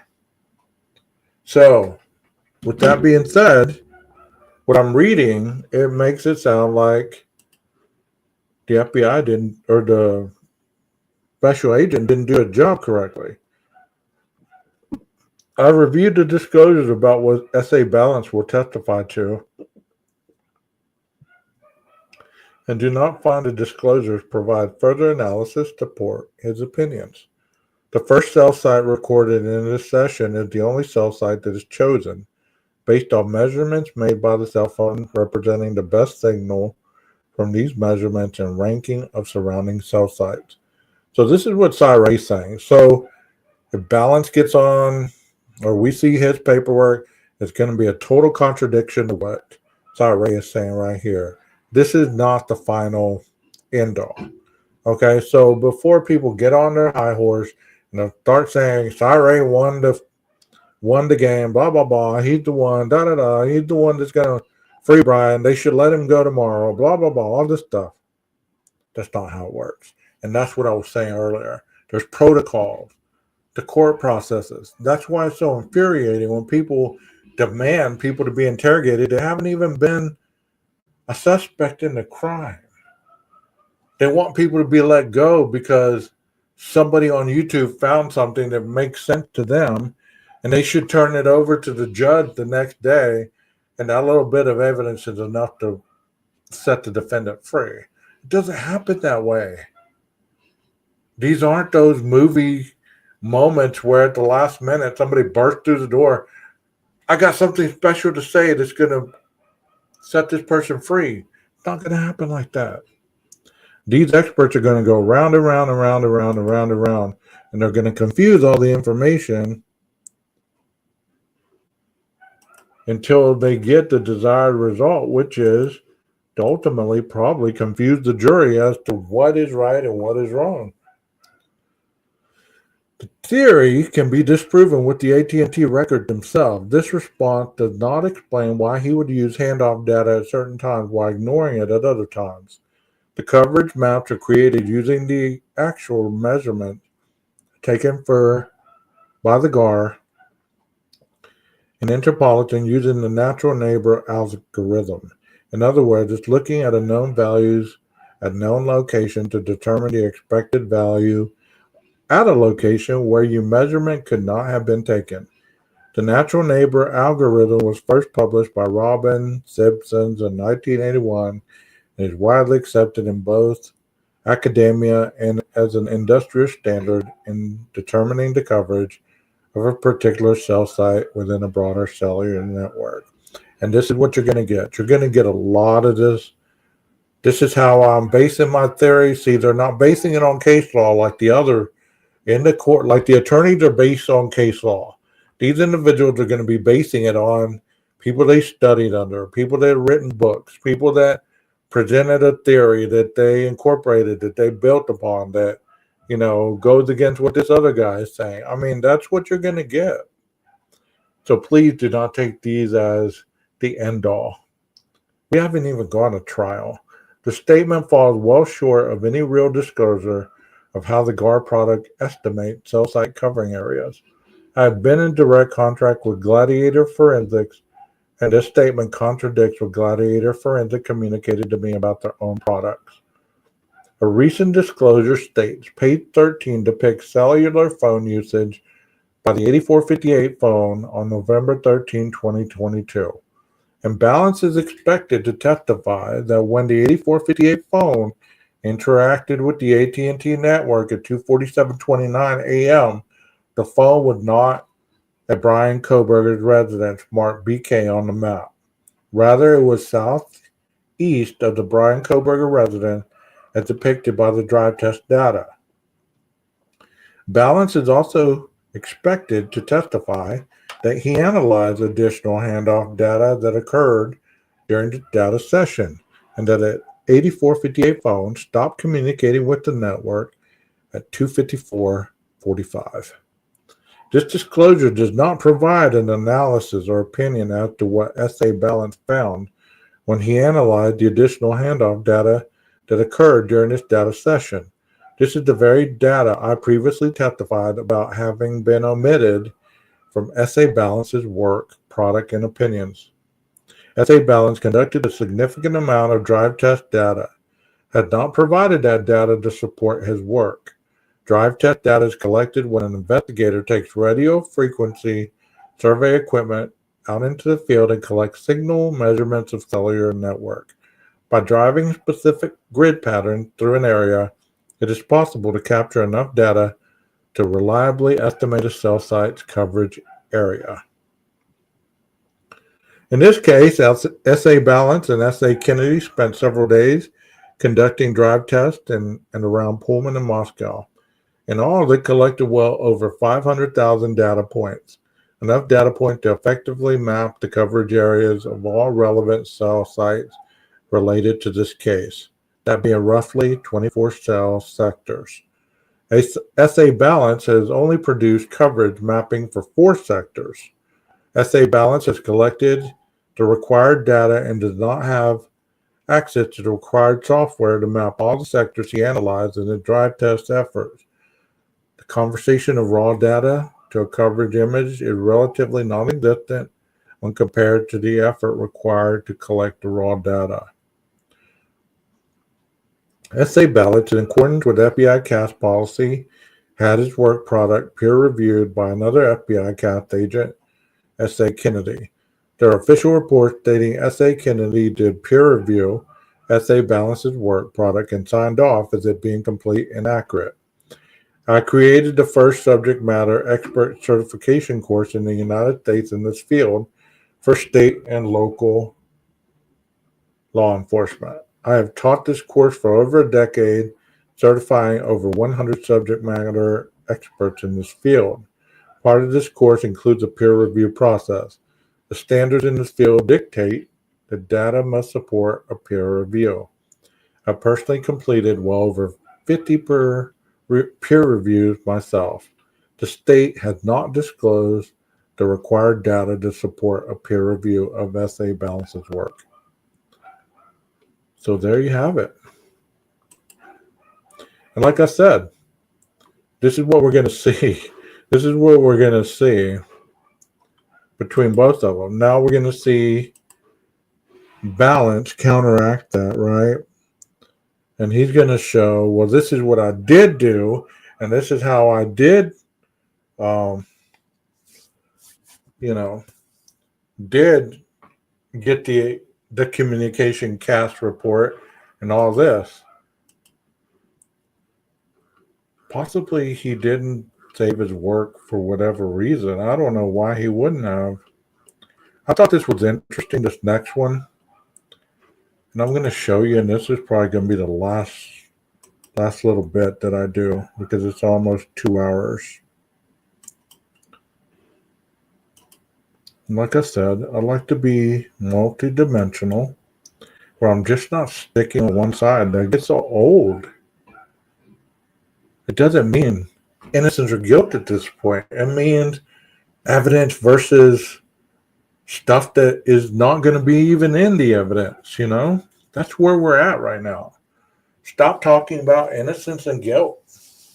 We're not even to that point yet. This was collected on 12/30/2022. One nitrate type black glove. We've all seen that. And like what I was just saying in his final exam, he outlined all this stuff. So this is the evidence collection law that he was talking about. So whenever you collect evidence, this is how you collect it. People act like you just see this evidence and you throw it in a bag and you put it in a box. It cracks me up. Closet by the north wall of entryway, west side. It was collected as an item by this person. One Walmart receipt with one Dickies tag. Closet on the north wall of entryway, east side. So this was on the other side. So Mr. Martin, whoever, I think that's Terry Martin or whatever her name is. I don't know what her name is. Whoever T. Martin is, that's who collected all these and signed off for them. Two marshals' receipt, closet on north wall of entryway, west side, and they're all collected as evidence. Dust container from the Bissell Power Force vacuum, closet, north wall of the entryway, east side. And anytime there's an error, you draw a line through it, you initial it, and put the date. Possible hair strands, there were 8 of them. Head of the Libman broom, closet, north wall of entryway, east side. Fire TV stick with cord and the plug. It was plugged into the back of the Samsung TV, west wall, living room, TV stand. And possible animal hair strand under the computer pad on desk in the northeast bedroom. Northeast bedroom under the computer pad on the desk. Possible hair east wall of shower on the tile. So all those people that were saying that he cleaned that bathroom immaculately, and there was no way they were going to find anything. No way they were going to find anything in that bathroom because he cleaned it every day, every moment of the day, every second because of his OCD. It's interesting to me also.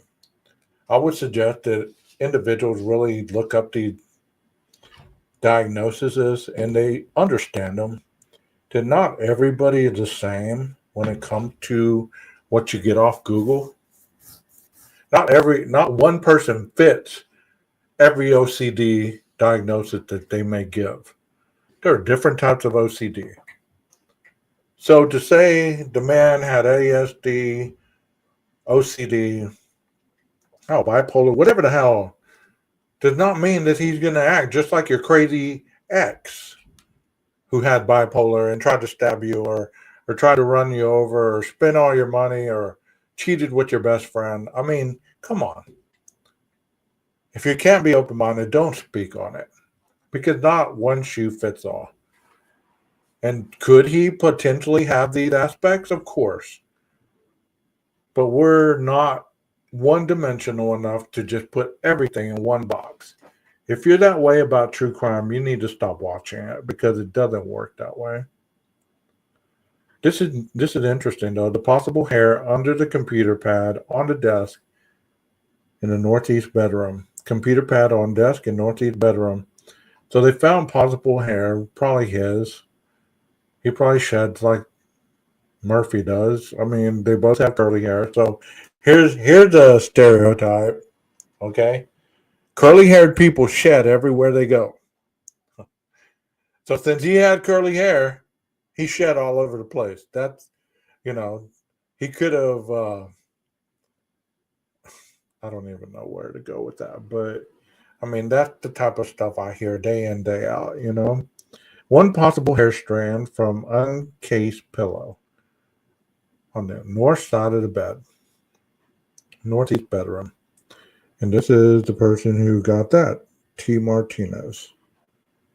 As you can see, it's very documented, very methodical, with the person who collected the evidence, who found it, computer tower from the northeast bedroom desk, northeast bedroom, item not tagged, bag tagged, because zip tie and info was on there. So they zip tied that. That's the only reason they didn't bag it and tag it. And 11 or 12/30/22. Here's more information. The time, who analyzed this paperwork, no immediate color change. The control, known blood was pink in color. So this is some of the blood stuff that they were talking about. White towel from shelf of kitchen table. Diluted red, brown, irregular stain. Negative. So obviously it didn't have any kind of negative. It came up negative for blood or any kind of bodily fluids. Dark red spot, small. I don't know what that word is. Flaked off surface upon your touch west of sink kitchen counter. This item was collected by J. Ayers, collected without the test. Pizza cutter, top drawer, west of sink, east of fridge, reddish scratch in the metal. Came back negative. See, all these came back negative, so I'm not going to say that every time. Okay? The dark red irregular stain, the side panel of the drawer, second west of sink, negative for any kind of blood or anything like that. The one that did come back was pink in color, so this was collected. This was the dark red spot, flaked off surface upon touch in the sink, off the sink counter. So they could probably touch it and it came off. 332 screwdriver from the bottom drawer west of sink, brown spot, negative. Ajax bottle of soap near the bottom of the edge on the west side of the sink, small dark stain, negative. Ajax bottle of soap near bottom linear stain, negative. Switch on north wall of kitchen behind the sink, dark reddish stain, negative. Switch on north wall of kitchen behind the sink, small dark reddish stain, negative. Pink red, irregular stain on edge of plate from the cabinet west of the sink, which was negative. So all these were negative for no immediate color change. So whenever they were looking for it being potentially blood, I guess, they didn't come back positive for any of that.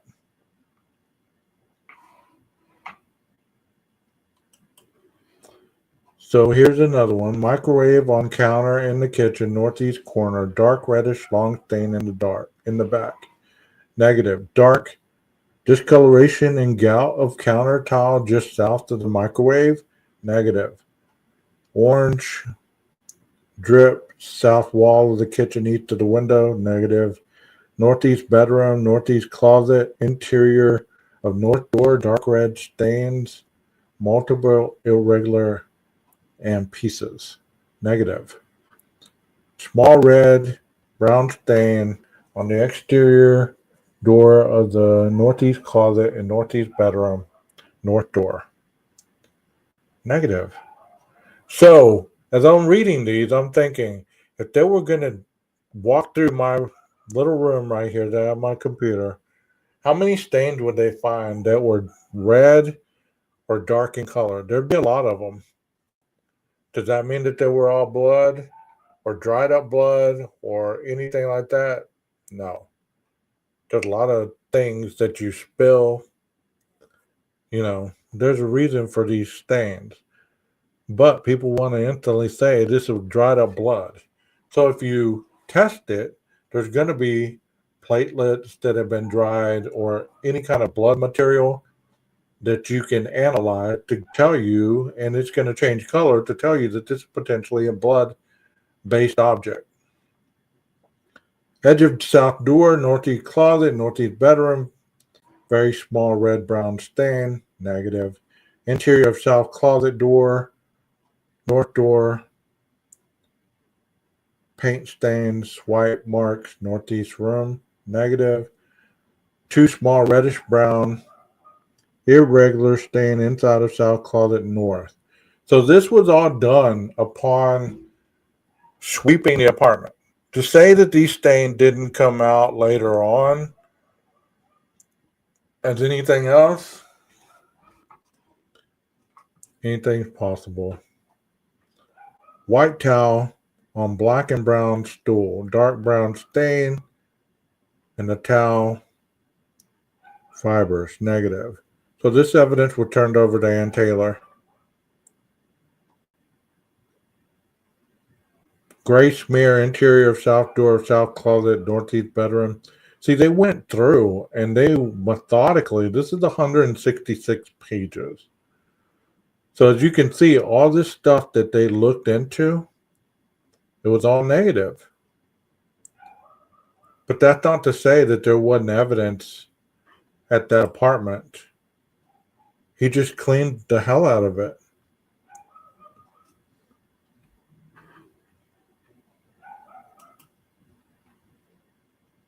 Better look at those new defense docs. I will eventually, I guess. Can you just kind of paraphrase it for me so I don't have to go read the whole thing? That'd be awesome. I mean, if they did find stuff and I'm reading something that they didn't find, I'm open-minded to say that, they could have found some stuff. But at this point, when they're writing all this stuff down on this presumptive chemical test for blood, all of this stuff is coming out negative.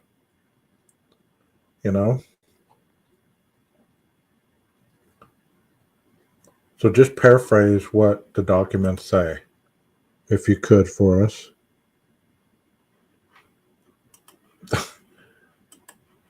No blood.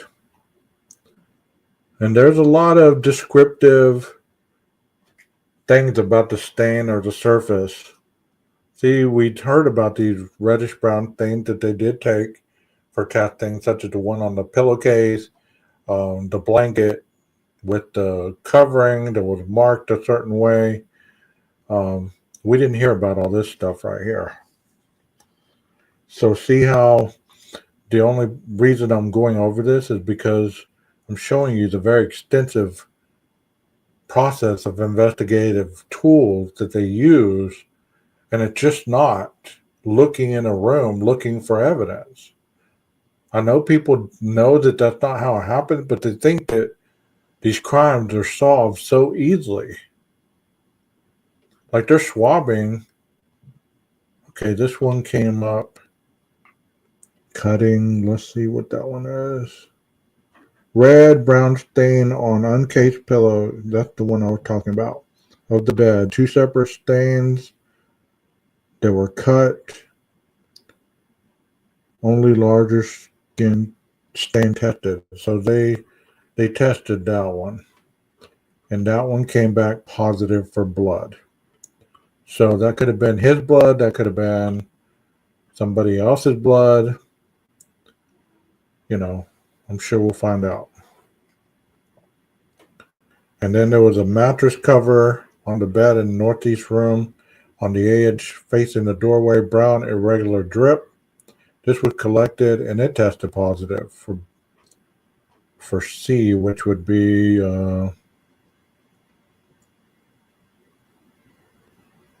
C is for collected. So they collected that one because it came up positive.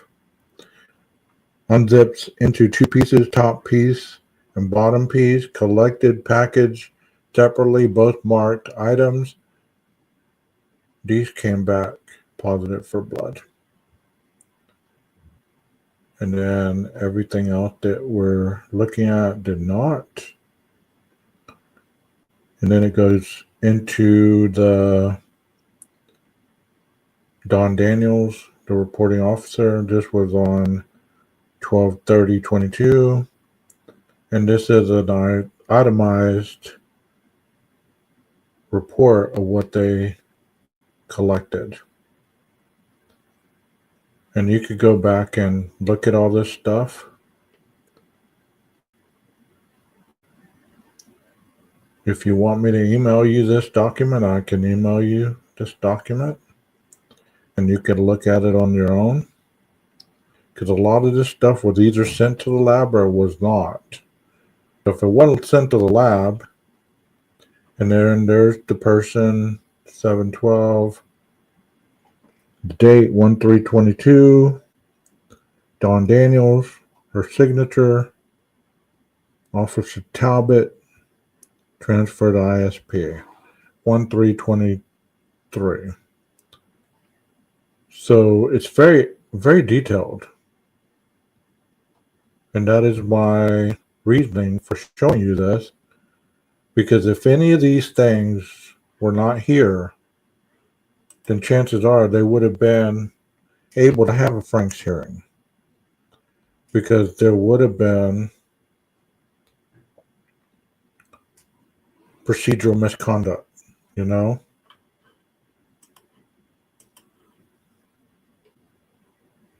And you're right, Mickey, it only takes one piece of evidence.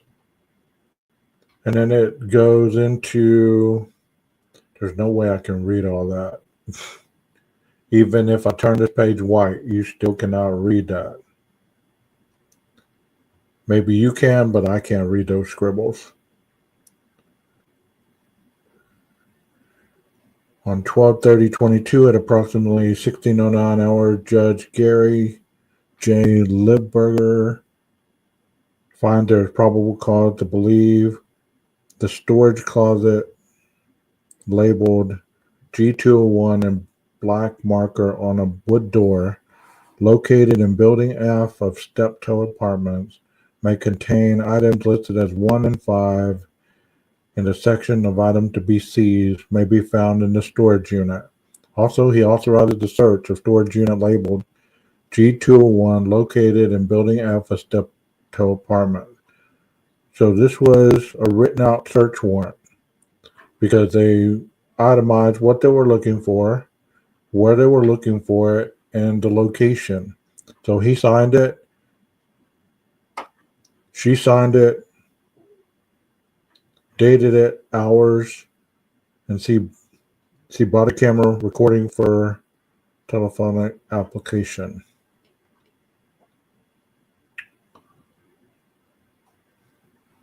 And this just goes on to tell you the person being served has been identified by the serving deputy, has been served in accordance with the laws and rules of the state of Idaho. So there's the signature of Mr. Brian C. Kohberger. And we've heard that he has problems with motor skills. So you tell me, I'm making this bigger. Does that look like he has problems signing his name? I mean, I don't know. Nobody really knows, I guess, unless you know him. I mean, to me, that looks like a fairly decent signature. You can tell more what that says than what this says. I mean, my signature is kind of like that, I guess. You said it looks like a girl's handwriting. That's interesting.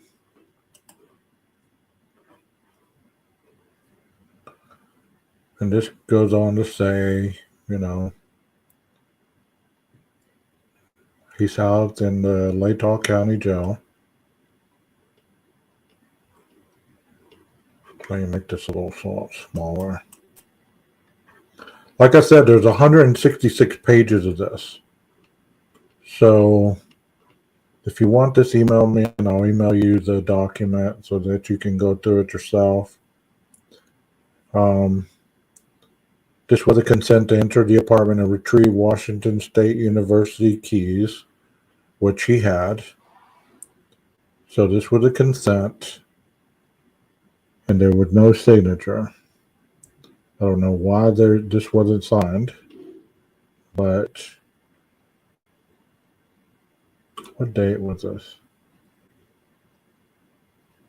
January 5th, 2023. So maybe he had those keys on him at the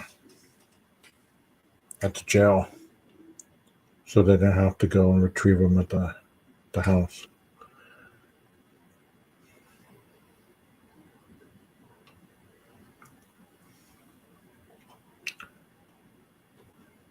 I will be going over this again because there's a lot in here. And y'all probably already seen it. No new boom information, but this tells you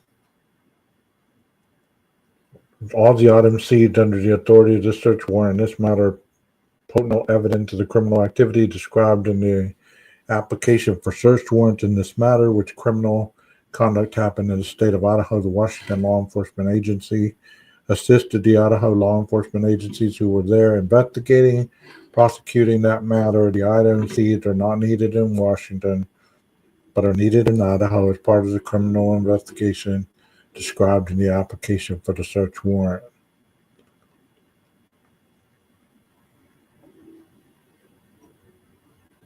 And this is just saying that everything that they were able to gather from his apartment was turned over to Idaho. And this was Brian C. Kohberger. I specifically authorize any personal property remaining at 1630 Northeast Valley Road, apartment 201, Pullman, Washington, to be taken for the apartment by Ann Taylor, J. Loxton, Michael McCarthy, or Jennifer Jen Queen. And he signed it again, 1/19/2023. So there he's giving permission for his attorneys to be able to go in there and take anything that's still left. So all this stuff that people say, well, she went in there and gathered the TV. How do people know that? How do people even speak on this stuff? And this is the items seized from the resident and stored at WSU. And we've gone over all this stuff. I talked about it a while ago.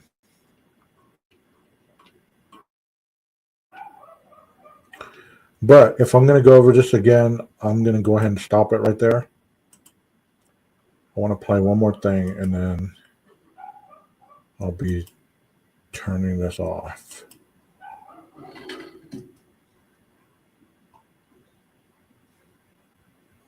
I thought this was quite interesting earlier.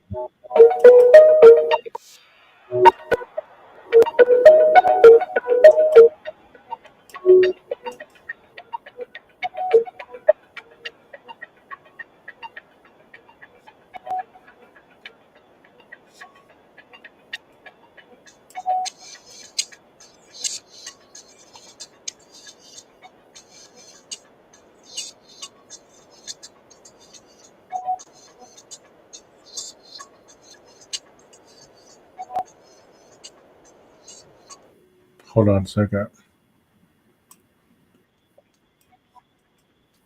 I hate these stupid Austin, and you got to authorize certain things before you get into seeing what it is that you're trying to see. And I'll send y'all this too if you want to see it. This is on TikTok.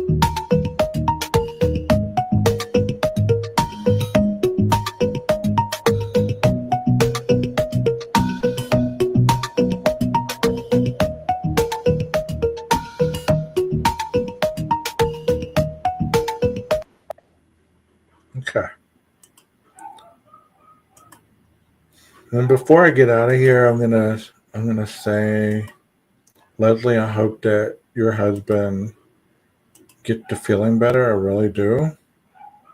Um, he's watching me in the hospital. I appreciate that, Billy. I really do. Hope you get to feeling better. My mom had to deal with that issue, and she had to have her taken out. I hope that if they take yours out, it goes smoothly, everything goes well. But I want y'all to know this. I had a very authoritative voice earlier, and now it's kind of lowered and kind of chill. It's because I'm ending this. I want you to know that this case is not as dynamic as people are making it sound. If they're making it sound dynamic, if they're making it sound to the fact that he was a criminology major and this and that and the other,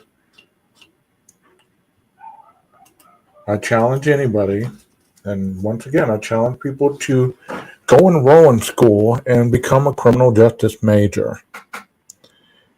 And you're going to see that most of the stuff that you see and you hear on these YouTubers' lives are totally false. The information is kind of there, but it's not real. It's not really being presented in the avenue that it's meant to be presented. And I'm sure that I get it wrong because it isn't my expertise yet. I am just going to get my degree hopefully in June.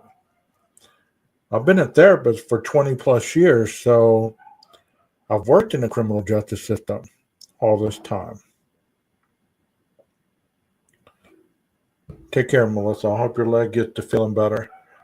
But as far as the criminal justice part of it, I suggest that you don't rely on other people for your information, such as reading the documents and understanding them, because one person's interpretation might be totally different than another person's. Like the document that I read about Ray tonight, it could be read tomorrow or the next day, and somebody's not wanting him to be that accurate with his description of what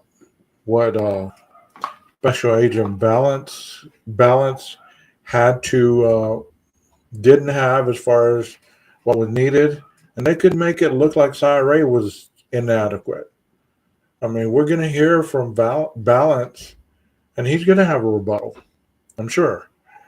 And it's going to go back and forth, back and forth. These experts, they can argue and argue and argue and argue. That's why they call them experts, so they can provide a sensible alternative to the attorneys. So try to, just a suggestion, to try to be open-minded on this case from here on out, because the innocence and guilt is not even on the table at this point. We're barely seeing all the document that if we were going to go back in time, all this would be in the preliminary, and then we're getting to the suppression, the limine, and then the jury selection is next. As I've told you guys, there's countless videos on all this information if you really want to hear me talking about it. Some of them are in my members only, but a lot of them are on the lives.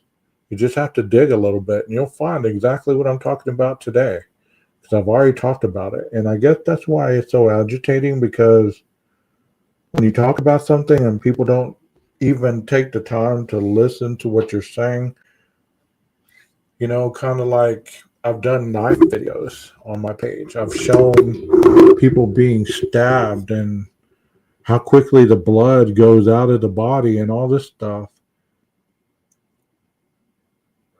Foot impressions, tire tracks, expert talking about this, talking about that. It's in there if you want to go look at it. If not, enjoy whoever you follow, and I'll continue doing what I do. You continue doing what you do. And we'll meet in the middle somewhere, I'm sure. Thank you so much for being here. Thank you so much for giving me your time and your questions and your comments. Without you, there's no me. All right. Maestro, cue that music.